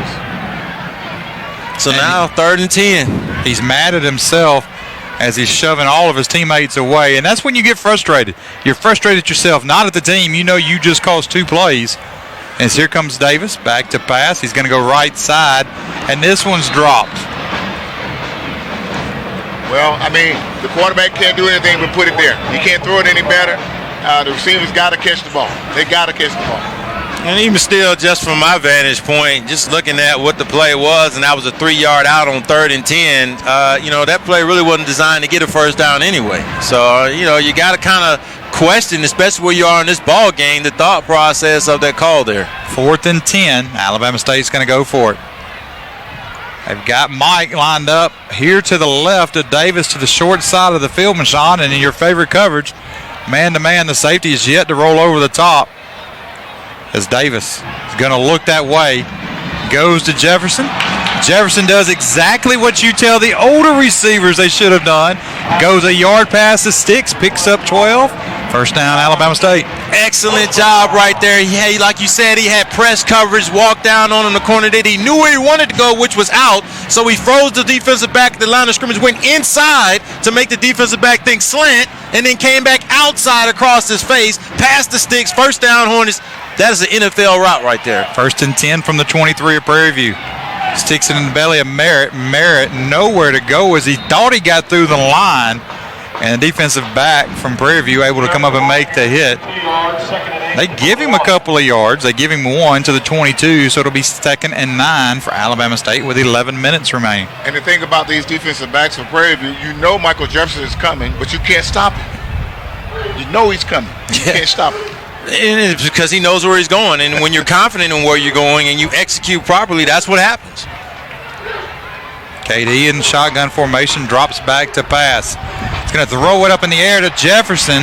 Yes, Jefferson. Sir. Hey, that was created only because KD was under pressure and threw the ball in the air. Be a pass interference call because Mike had no clue the ball was coming. They may get him for holding. I saw the referee, the one that threw the flag, giving it not catchable, but it definitely was holding because he grabbed Jefferson. You're right, partner, on the play. So hopefully we get something out of this. And here's the question I have for you while we wait on the call.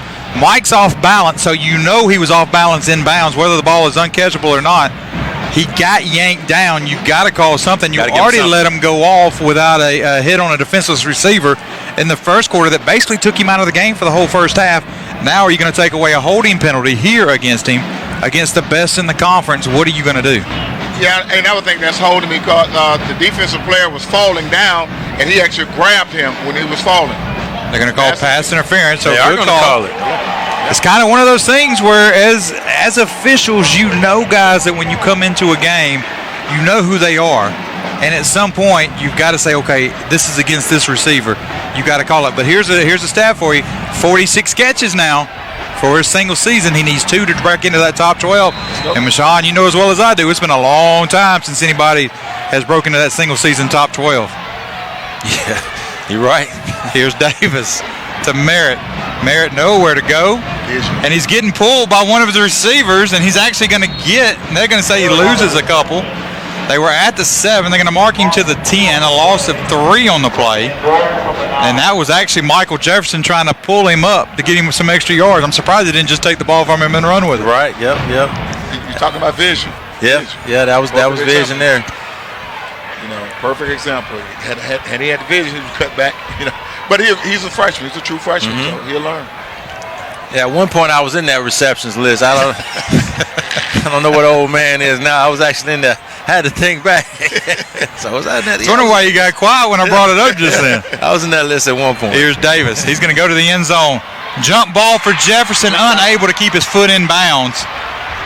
And I don't think, as Prairie View celebrates defensively, I don't think that was a whole lot on the defensive end. I think that was Mike having to go get the football, because whether he's out of bounds or not, he still catches the ball. Yep.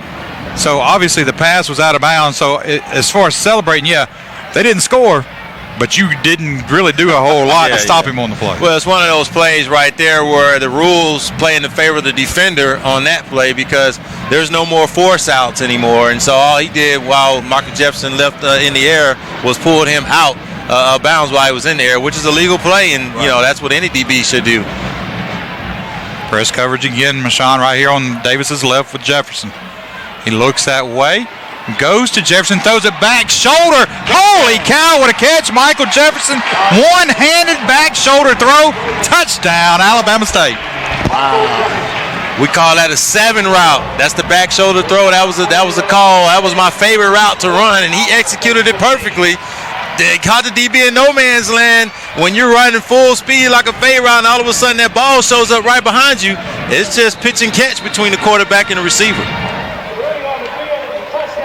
They will review it. It is a scoring play. Let's see as they put it on the board. This is the question I have. Did he keep his foot in bounds? Just need one. And here's the replay. We'll watch it and let you know. And, of course, we can't see it because of the camera angle, which may benefit Alabama State here if that's the only angle they have. Hopefully that's the only camera angle they got. Right. We'll see. Because it's got to be enough evidence to reverse the call, because the call on the field was touchdown.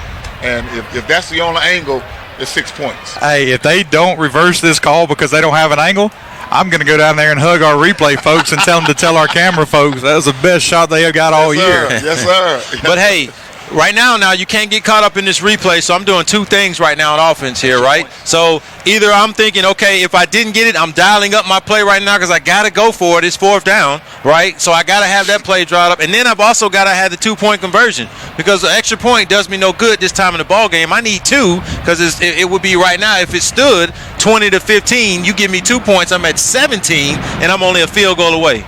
Here's the call. Touchdown, Alabama State. Touchdown. Ruling is confirmed on the field, 20-15, and Alabama State's going to line up and go for 2 now. 2-point conversion here makes it a field goal game, and you've got the kicking advantage. Although we missed the extra point on the last possession, you still got the kicking advantage. You got a strong leg. You're going to kick into a slight breeze, however, which is the problem, and the breeze has actually picked up to a little bit of a wind. And it's going to be blowing across Hunter Hanson's face if he has to kick later in the game to try to tie it up. First, the 2-point conversion. Davis bunch set to his right, 3 receiver set, 1 to his left, which is Michael Jefferson. Expect this ball to go to the left side. Davis steps back, goes to Jefferson. Again, back shoulder throw, again a catch. And just like that, it's 20-17. And again, it's the defensive back that celebrated on the ball that was thrown out of bounds. You know he's coming, but you can't stop it. Can't stop it. That young man is something special. As Coach Coach Barlow would say, he got that ragu.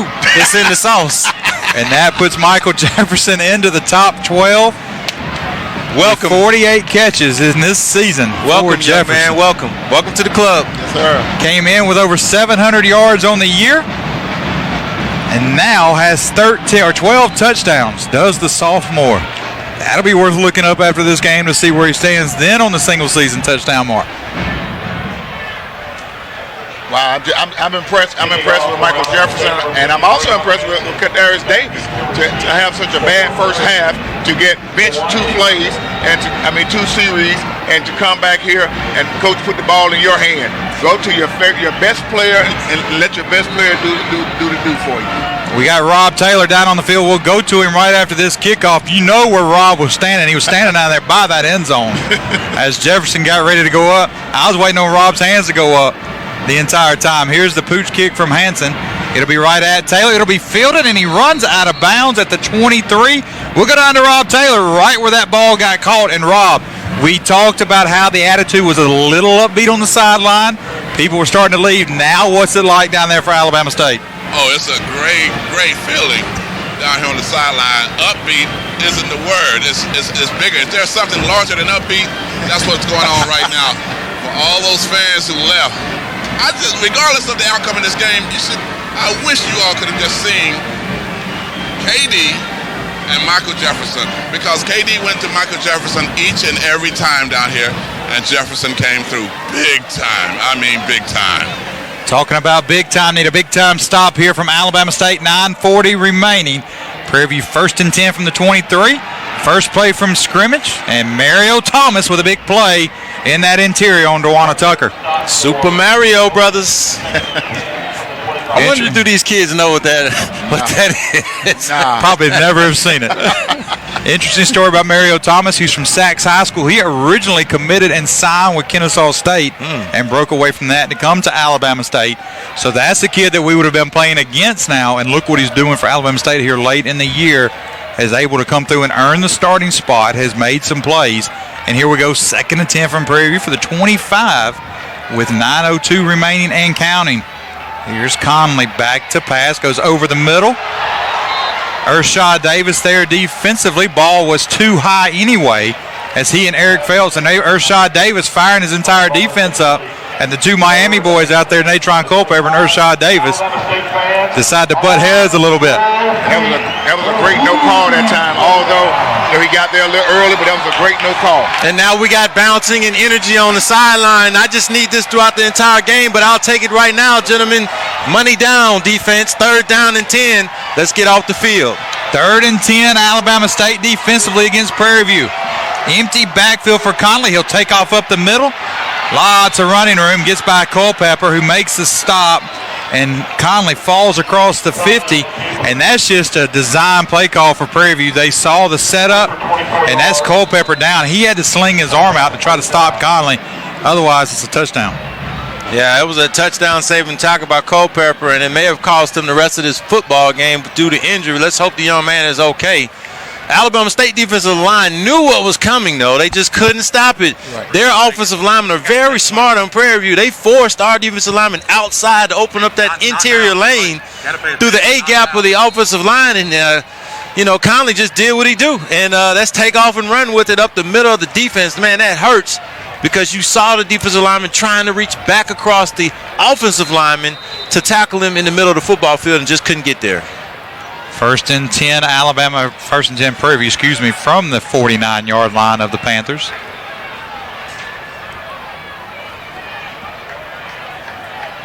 .8:39 and counting here in this contest. 3 receivers set for the Panthers. Conley will tuck it into Tucker. Tucker goes left, bounces off of one, but Darren Johnson able to finish it off.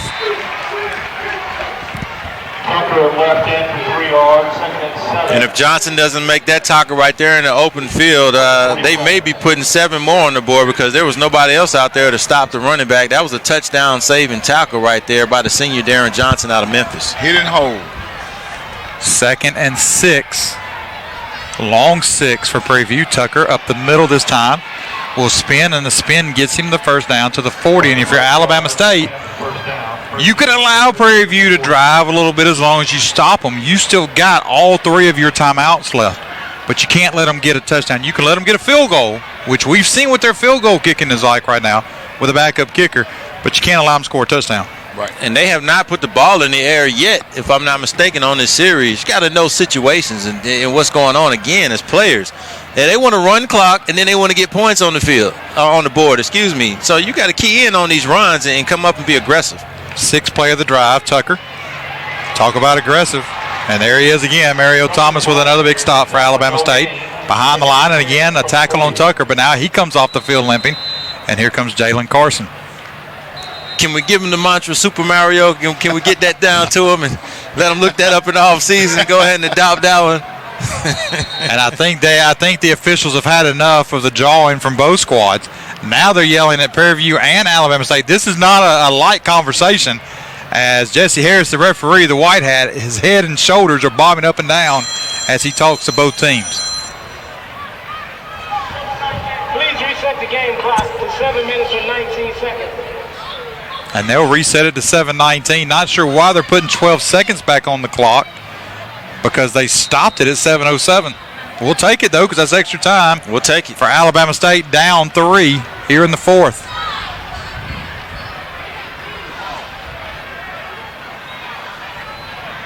Here's Broach. He'll go left side. Able to break away from the initial hit, but then wrapped up by Jalen Carson and a pair of other Hornets. It'll be third down for Prairie View from the Alabama State 34. They got to get to 30 for the first down. Yeah, Broach is a little change of pace. He's a change of pace from the little guy. He's a bigger running back, and he's stronger. So very, very disciplined right here for our defense if we're planning to get the ball back without any scores. This is when you got to spy on Conley. Design run to the left side. Alabama State sniffs it out. Nicholas Terry with a big stop. And look at that Alabama State defense as they get over into the middle of that Prairie View sideline as they were blocked into the sideline, and they let everybody over there know that they just stopped their quarterback for no gain on third down. And I'm so glad that the referees showed a little bit of grace there, because they have been wanting to throw that flag. Both teams have been warned, like you said, and that would have negated a great defensive play if we would have got a personal foul. Look at this, Prairie View, fourth down from the Alabama State 37-yard line. It's 4th and 7. They didn't even think about bringing a punting team out. And here's where Alabama State, you've got all 3 of your timeouts to use one here to set things up. Timeout. Travis Pearson trusts what he sees. Let's see what he sees. I hope they see a draw. Here's Conley, and they did see the draw, and they sniffed it out. How about that, Rashawn Sanders? I mean, I could have called that before. Exactly. I hope they see a draw coming, because that's what was coming. Joseph Jones and Jalen Carson able to get inside and sniff it out. A 6-yard loss for Conley. 1st and 10, Alabama State, and they've got the momentum right now. That's what happened when you don't have a kicking game. When you don't have a kicking game from a punting standpoint or from a field goal standpoint. No, that's what happened. You become predictable. And now I've gotten on the players for situational awareness. I'm going to get on the crowd for situational awareness. Your team is back in this ball game. Whoever's still here in the stadium needs to be up and loud and cheering this team on, because you've got an opportunity to go 6-5 here. Davis drops back to pass. First down, Alabama State. Throws it just a little low to Booker. If he gets that up just a little high, Booker's got a first down and more. Just wonder what was in front of Davis right there as far as a passing lane goes, and why he had to change the trajectory of that pass before being so low. And he came more over the top than he has all day. Most of his passes have come from the side. Different motion, you're right. Mashawn straight over the top like a pitcher that just throws over the top for football, and that's why that ball went straight down.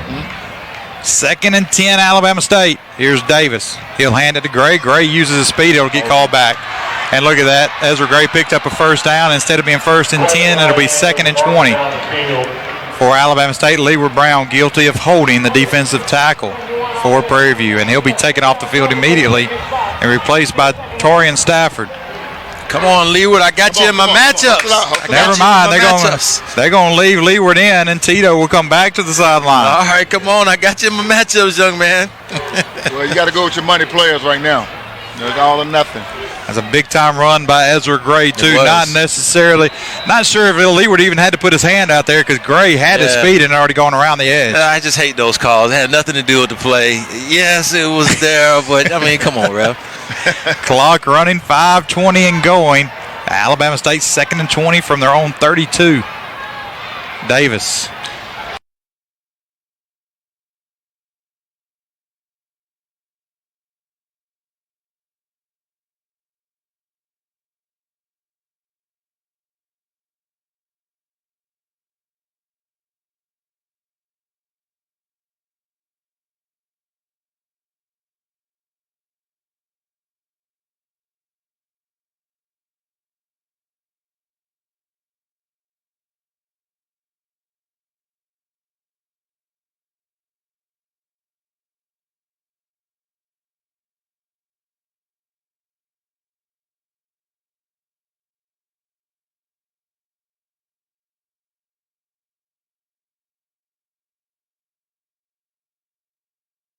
4:34 left in this fourth quarter. You're right at midfield, and there's the answer. Yeah, I agree with this. You got to go ahead and punt, pin them back. Use your timeouts on defense if you need to. You're only a field goal down, so now you can pin them back inside the 20. Yep, flip the maybe field. Inside the 10. Flip the field. Get a quick set of downs. Use your timeouts if you have to. Get a couple first down. Hunter Hanson come in, tie the game up. Come tie the game. Wouldn't be the first time we've gone into overtime. Nope. Hanson. Or Craven, avoids the block.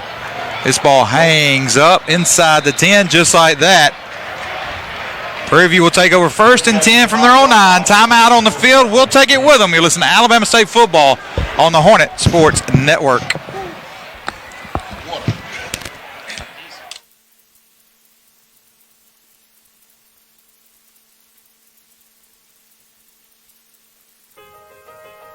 Sharing has never meant as much as it does now.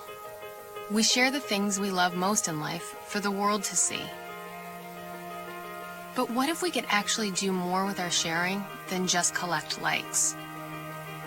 What if this sharing could be used to make a difference? Now there's a place where we can put all that sharing to good use. The National MS Society is asking people to make a difference and share what they love with someone else who loves it too. Whether it's surfing, dancing, or whatever is important to you, we've created a place that'll help you get your experience out to the world. If you have a story, share it. If you have a solution, share that too. Join us at wearestrongerthanms.org, because together we are stronger. You can leave it down till we come. I can't.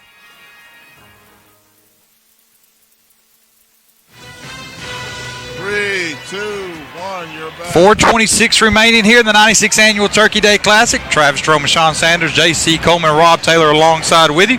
First down play for Prairie View, not what we wanted. Defensively, Prairie View gets a first down to the 22 on the first play, J.C. Yeah, and this is the time where we got to actually bow our necks right here. We got to get some 3 and outs right here. We can't allow them to just keep getting first downs because the clock is our worst enemy right now. We got to do something to get the ball back, be it a turnover or a big stop. And that's not what you want on the first play. You don't want Prairie View to be able to pick up a first down because the clock is now running.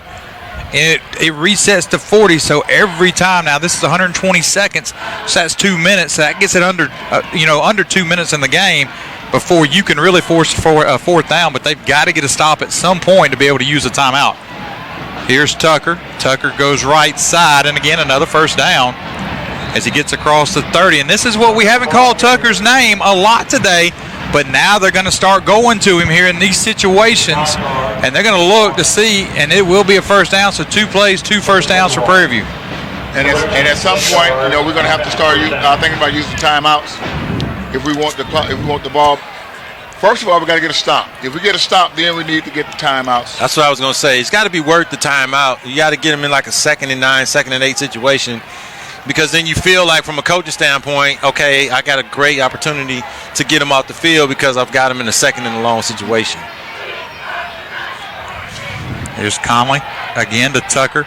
This time he stood up by Carson. This will be a situation that a timeout can be called at the 35-yard line. It'll be 2nd and 7.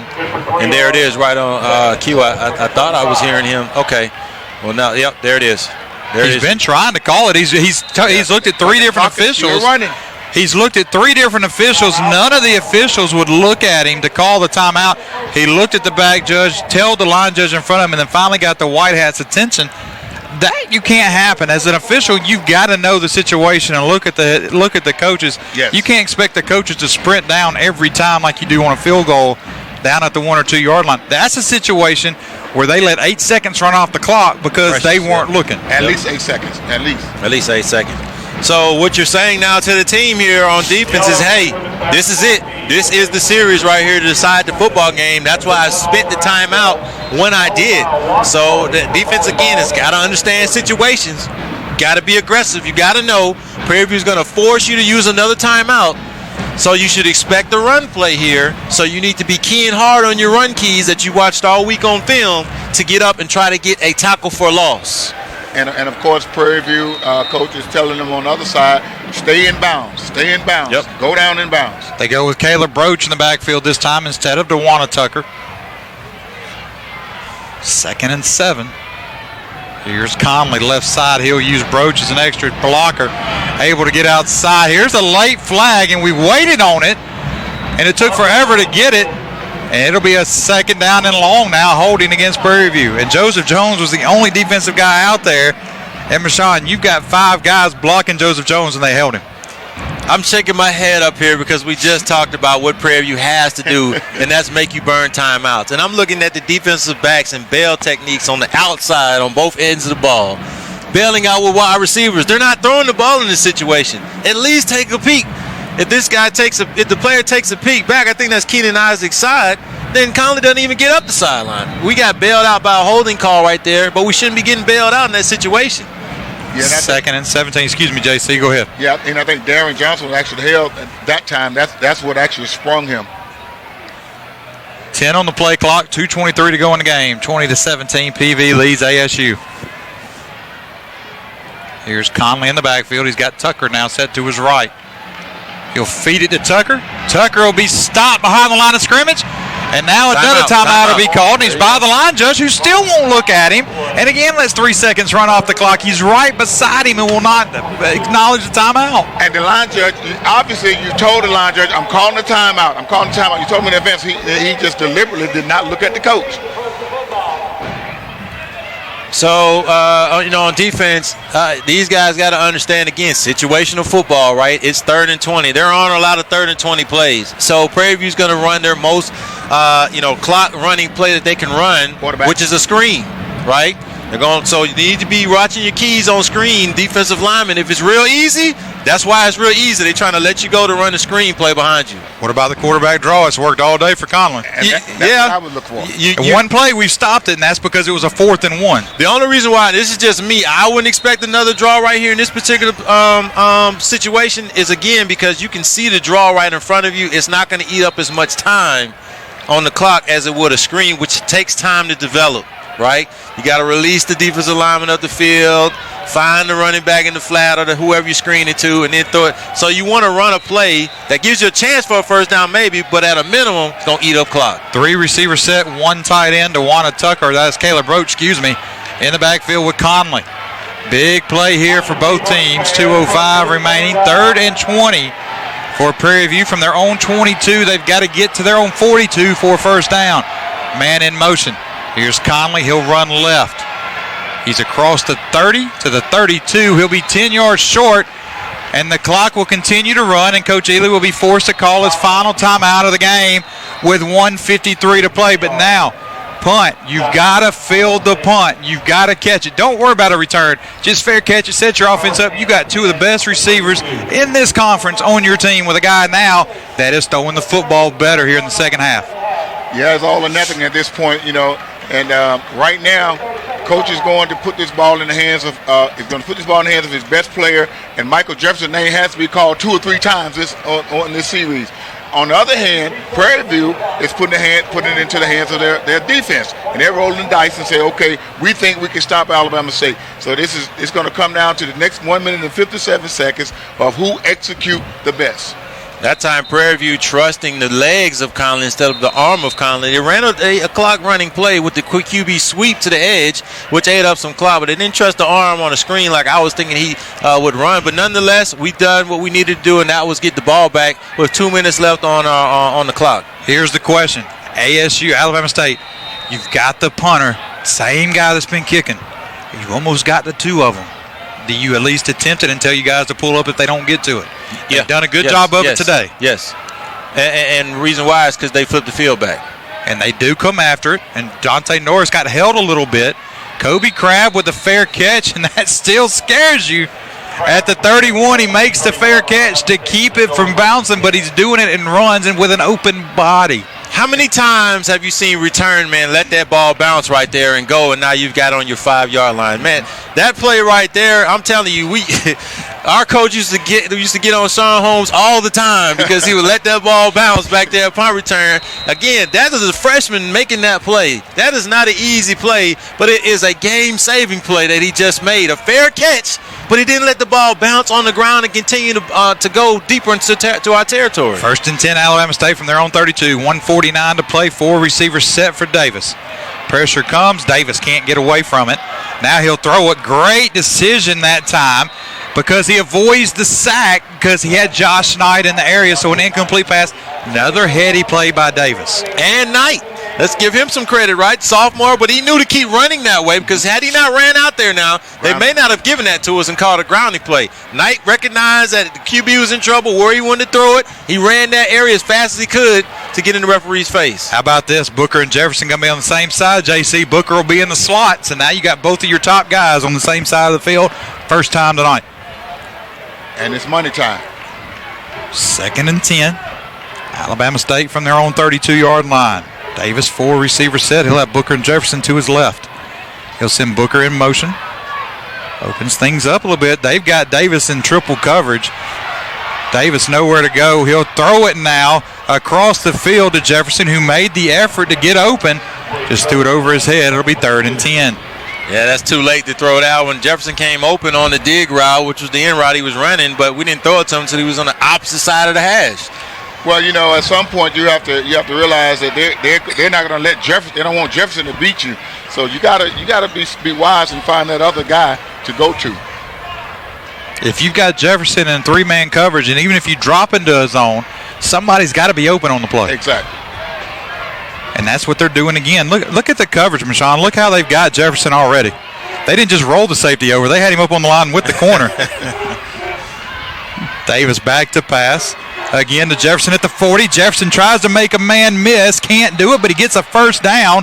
Clock will stop momentarily. 1:26 to play. That's 7 on the day for Mike. So you got to move quickly here. Got no timeouts. Got to get on the line of scrimmage, get set up. Everybody gets to play.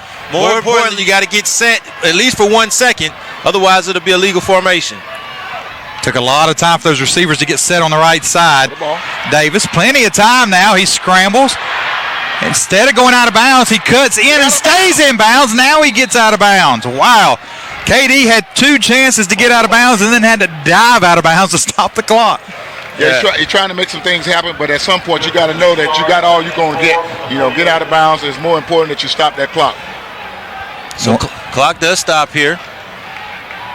Minute left on the clock here. You know, I see some hands on the hips, but we got to suck it up here and understand again where we are in the ball game. 2nd and 5. I need more receivers to go past the sticks here and get the first down and stop the clock. 1:05 to play. 1st and 10, Alabama State. Josh Knight in motion. He'll join Jefferson to Davis's left. Gray in the backfield.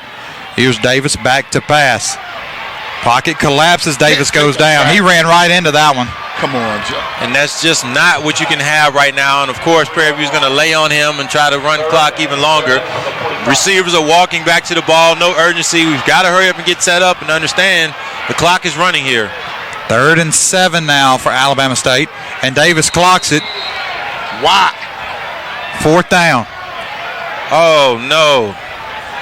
That brings up a 4th down situation now for Alabama State. That was difficult for a couple reasons there. It's not that easy to get a first down at with 7 yards to go. To give up a down by clocking it. Maybe took your chance on running the play. That puts a lot of pressure on the offense here. 4th and 7 could be the final play of the 2019 season. Let's see. No timeouts remaining. 42 seconds to play, 8 on the play clock. Here's Davis, drops back to pass. We've got whistles and we've got a false start. So now you go from a 3rd and 7, clocking the ball, to 4th and 7 to 4th and 12. And actually, Prairie View was trying to call timeout that time because they were actually in the wrong defense. They didn't want to be in that defense. They were trying to call timeout, but we bailed them out by moving. 38 seconds to play. 20 to 17. They'll reset the game clock to 42. Doesn't matter right now unless you get a first down if you're Alabama State. Make sure you stay with us in the post game. Rob Taylor will catch up with head coach Donahill Ely before he goes in the tunnel. We'll wrap things up here before we go down to Rob. Here's Davis. Back to pass, heavy pressure comes. Davis lobs it up, wide open. Ezra Gray at the 30 to the 25. Holy cow, how did Ezra Gray get wide open on that play? Now you get up and clock it on 1st and 10. Right, the clock's going to clocking start. on first down, exactly. Not on third down. Not on 3rd and 7. We're expecting a play. But that's just how we drew it up, right? Davis will clock it now with 26 seconds to go. And you already know you've got 3 shots. Yep. 3 shots. 2 of those shots going to Michael Jefferson. Exactly. And you got another one you can use if they bottle Jefferson up is Jahad Booker. But right now, Jahad Booker's not on the field and not sure why. We'll go down to Rob Taylor real quick. Rob, is there an update on Jahad Booker, why he's not on the field right now? I don't know. I'm just going to be honest with you. I don't know. I'm so into us getting this first down. I'm not sure why he's not on the field. So it's 2nd and 10. Guys, if it stalls right here, you got Hunter Hanson. It'll be about a 44-yard attempt. Davis over the middle to Josh Knight. Knight's got to get the first down. Did he get it? And they're going to give it to him. First down to Alabama State with 24 seconds to play. Davis is yelling, clock it, get down. Everybody get set. Everybody's lined up. Good. Good spike. Good job. How about this right now? You had Nigel Lee and Marquez Spencer, who have not played a lot this year at the receiver position. They were already set and already ready to go. Those are 2 guys you would expect to be running around trying to get set up. Situation. They know the situation right now that we're in. That's what you've been talking about all night. Yep. I'm going to go against my normal strategy of don't lose 3 trying to get 7. Stay aggressive here. And the reason why is you really haven't shown you can stop Conley all night with already over 200 yards rushing. Let's go ahead and win the game now. And Prairie View will call a timeout. How about this, guys? Let me tell you what's going on the sideline right now. So we focus so much attention on what's going on the field.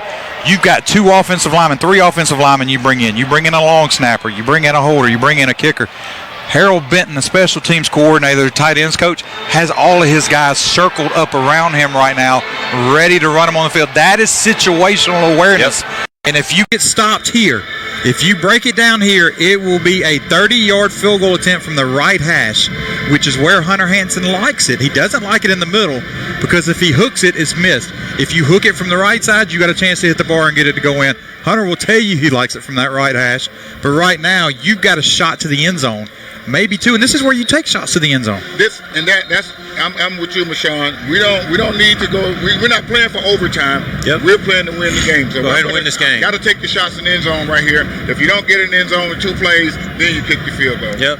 And for my running backs, do the running backs know where Hunter Hanson likes to kick the ball? Again, situational awareness, knowing where you're supposed to be in the confines of the game. So if this the right hash, I sure hope the running backs know to stay on that right hash. They got the safety rolled over, Mashawn, as you always like to point out, to Michael Jefferson's side.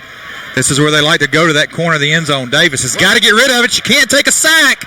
Davis throws it low. He had his man in the end zone. Hops it at the goal line. That was Josh Knight. It'll be 3rd and 10 with 9 seconds to play. And, guys, if Davis gets sacked on that play, it's a ball game because you had 3 receivers in the end zone. Yes. There's no way you get them unless you sprint them off the field, one off the sideline and one on the set. Now you run your field goal team out here now because you don't want to take a chance on a missed snap, a fumble snap or anything. I understand this.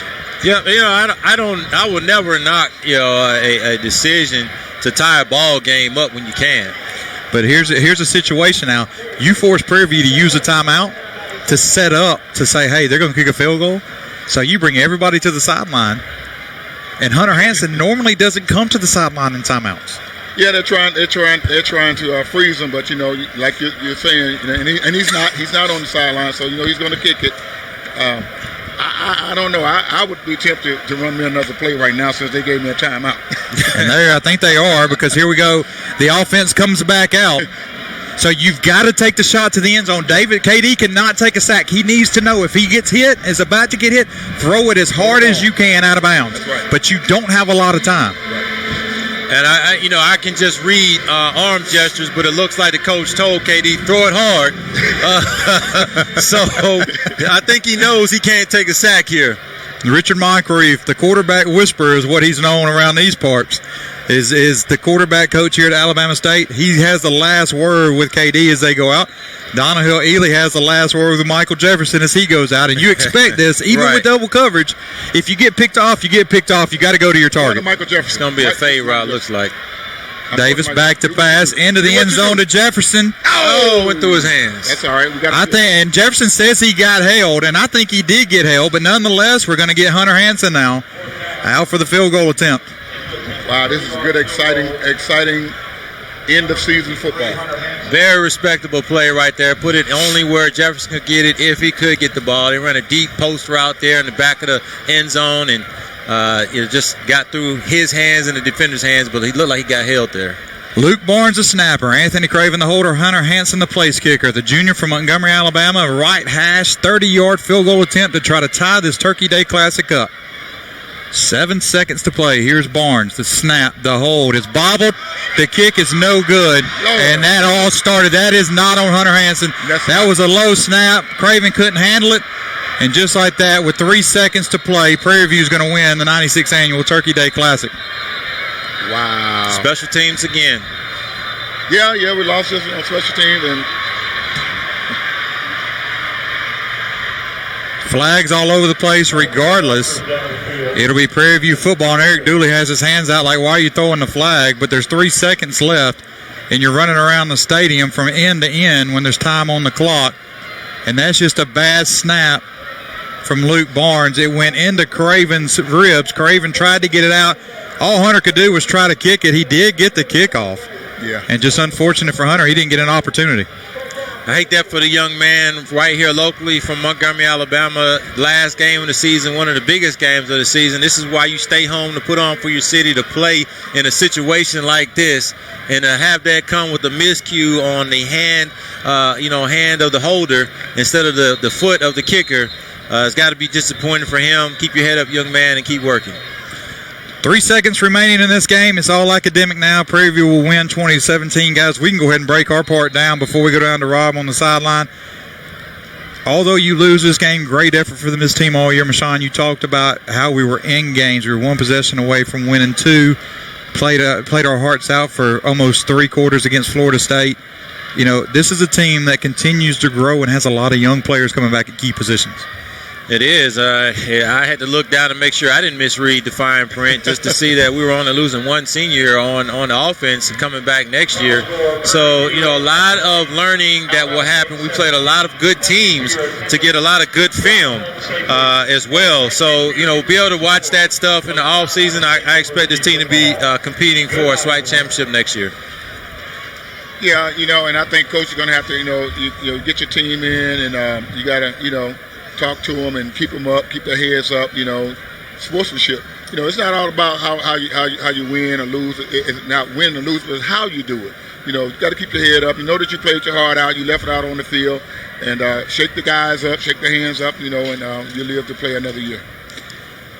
So you look at this. You've got all your skill positions coming back, which is a big key. Mashawn, you talked about having to take a second look at that roster.